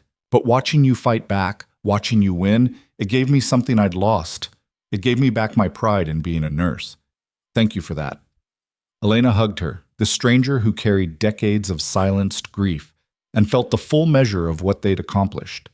They hadn't just changed policies, they'd changed what people believed was possible. That night, Carmen called from Dallas. I saw your speech online, the whole thing. Mija, I've never been more proud of you. Thanks, Mama. How are you feeling? Strong? Healthy? Planning a trip to visit your cousin in California next month. First time I've been able to travel in 3 years. Carmen's voice turned serious. Elena, I need you to hear something. I'm in remission because you refused to give up, not just on me, but on yourself. You could have stayed quiet at Sterling, kept your job, watched me die slowly, because we couldn't afford better treatment. Instead, you fought. You saved my life by saving your integrity. That's not something every daughter would do. Elena's throat tightened. I'd do it again. Every time. I know you would. That's what makes you extraordinary. They talked for another hour about nothing important. Carmen's garden, Elena's new apartment, plans for the holidays, normal things, the luxury of normalcy that had been impossible a year ago. When the call ended, Elena sat in her hotel room and thought about trajectories. About the distance between the woman crying in an airport terminal and the woman who'd just addressed 3,000 nurses as an equal. About what it meant to survive and what it cost to rebuild. Her phone buzzed. Text from Marcus Reeves. Saw your speech. Well done, Captain. You've built something that matters. Proud to know you. Elena smiled and texted back. Couldn't have done it without you. His response came immediately. Yes, you could have, but I'm glad I got to help. The next morning, Elena flew back to Dallas and walked into the Sentinel Foundation headquarters to find her entire staff gathered in the main conference room with champagne and a cake that read, 2,000 cases won, 2,000 lives changed. Sarah Kim raised her glass. To the woman who proved that one person refusing to quit can change the world. To the team that made it possible. Elena corrected. They drank and celebrated, and Elena looked around at the organization she'd built from rage and determination and the refusal to accept that good people should suffer for doing good things. Jessica Park caught her eye and mouthed, "Thank you." Elena mouthed back, "Thank you." Because it was true. Jessica's courage to stay at Sterling, to report Callaway, to join the foundation, all of it had mattered. All of it had contributed to the change they'd created. The movement wasn't one person. It was thousands. And it was just beginning. 6 weeks later, the final piece fell into place. Gerald Winters was transferred to a maximum security federal prison to serve out his full sentence, 15 years for the original charges, plus 20 more for the conspiracy and parole violations. He'd be 78 years old when he was released, if he survived that long. Elena received a notification from the Bureau of Prisons, a formality informing her of his transfer status. She read it once, then deleted it. Winters was finished. His vendetta was over. He'd lost everything and gained nothing except decades in a cell to think about how completely he'd been beaten. She felt nothing about it except relief that he could never threaten anyone again. That same week, the final civil lawsuit from the Sterling wrongful death cases was settled. The last family received their compensation. Sterling Metropolitan paid out a total of $47 million to the families whose loved ones had died preventable deaths. Justice wasn't restoration. The dead stayed dead. But accountability mattered, truth mattered, making sure it couldn't happen again mattered. And Elena Cruz had made sure of all three. On a quiet Sunday morning, Elena drove to a cemetery north of Dallas. She'd never been there before, but she'd tracked down the location through the court records. 3 graves, side by side. The victims of Sterling's negligence. The families who'd stayed silent for years because they thought no one would believe them. Elena placed flowers on each grave. She didn't know what to say to the dead. Didn't know if apologies for not being there sooner meant anything to people who were beyond hearing. But she said it anyway. I'm sorry I couldn't save you. I'm sorry the system failed you. I'm sorry you died alone thinking nobody cared. Her voice cracked.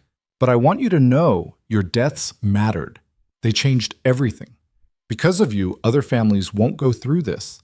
Other patients won't die preventable deaths in silence. You're the reason we're winning. I hope that matters. I hope wherever you are, you know that you mattered. She stood there for a long time, letting the Texas sun warm her shoulders, and felt the weight of the year settle and then lift. The war was over. The dead were honored. The living were protected. And Elena Cruz had become exactly what she'd set out to be, someone who refused to let the vulnerable be crushed by the powerful. She walked back to her car, pulled out her phone, and called Carmen. Mama, I'm coming home. Let's have dinner. Let's celebrate being alive and healthy and free. I'll make your favorite. Come home, mija. Elena drove through Dallas, with the windows down and music playing, and felt something she'd almost forgotten existed. Joy. Pure, uncomplicated, hard-earned joy. She'd been fired, threatened, nearly killed. She'd lost sleep and security and the easy path. But she'd gained something infinitely more valuable. She'd gained proof that fighting back works, that truth beats power, that one person refusing to accept injustice can trigger a cascade of change that reshapes entire systems. She'd gained her integrity back, her purpose, her certainty that she was exactly where she was supposed to be, doing exactly what she was supposed to do. And she'd gained an army, thousands of healthcare workers who now knew they didn't have to face retaliation alone, who had resources, protection, and proof that speaking up was possible. The invisible nurse had become impossible to ignore. The woman they'd tried to destroy had become the woman they couldn't defeat. And she was just getting started, because the Sentinel Healthcare Foundation wasn't the end point, it was the beginning. A proof of concept that would expand into other industries, other systems, other places where good people got punished for refusing to stay silent. Whistleblower protection in finance, in government, in tech, in education. Anywhere power tried to crush truth, Elena Cruz and the organization she'd built would be there to make sure truth won. She pulled up to Carmen's apartment and sat in the car for a moment, looking at the building where her mother lived, healthy, happy, cancer-free. This was what winning looked like. Not headlines or legislation or federal partnerships, though those mattered, but this. Coming home to family, living without fear, knowing that tomorrow would be better than yesterday because you'd fought to make it so. Elena got out of the car and walked toward her mother's door, ready for dinner and laughter and the simple pleasure of being alive. Behind her, the sun set over Dallas, painting the sky in shades of gold and crimson. Ahead of her, the future stretched out like an open road. And Elena Cruz, the nurse who'd refused to stay silent, walked forward into it with her head high and her conscience clear, because some battles were worth fighting, some truths were worth telling, and some women were worth underestimating, right up until they proved everyone wrong. She'd been invisible once. Now she was unstoppable. And that made all the difference.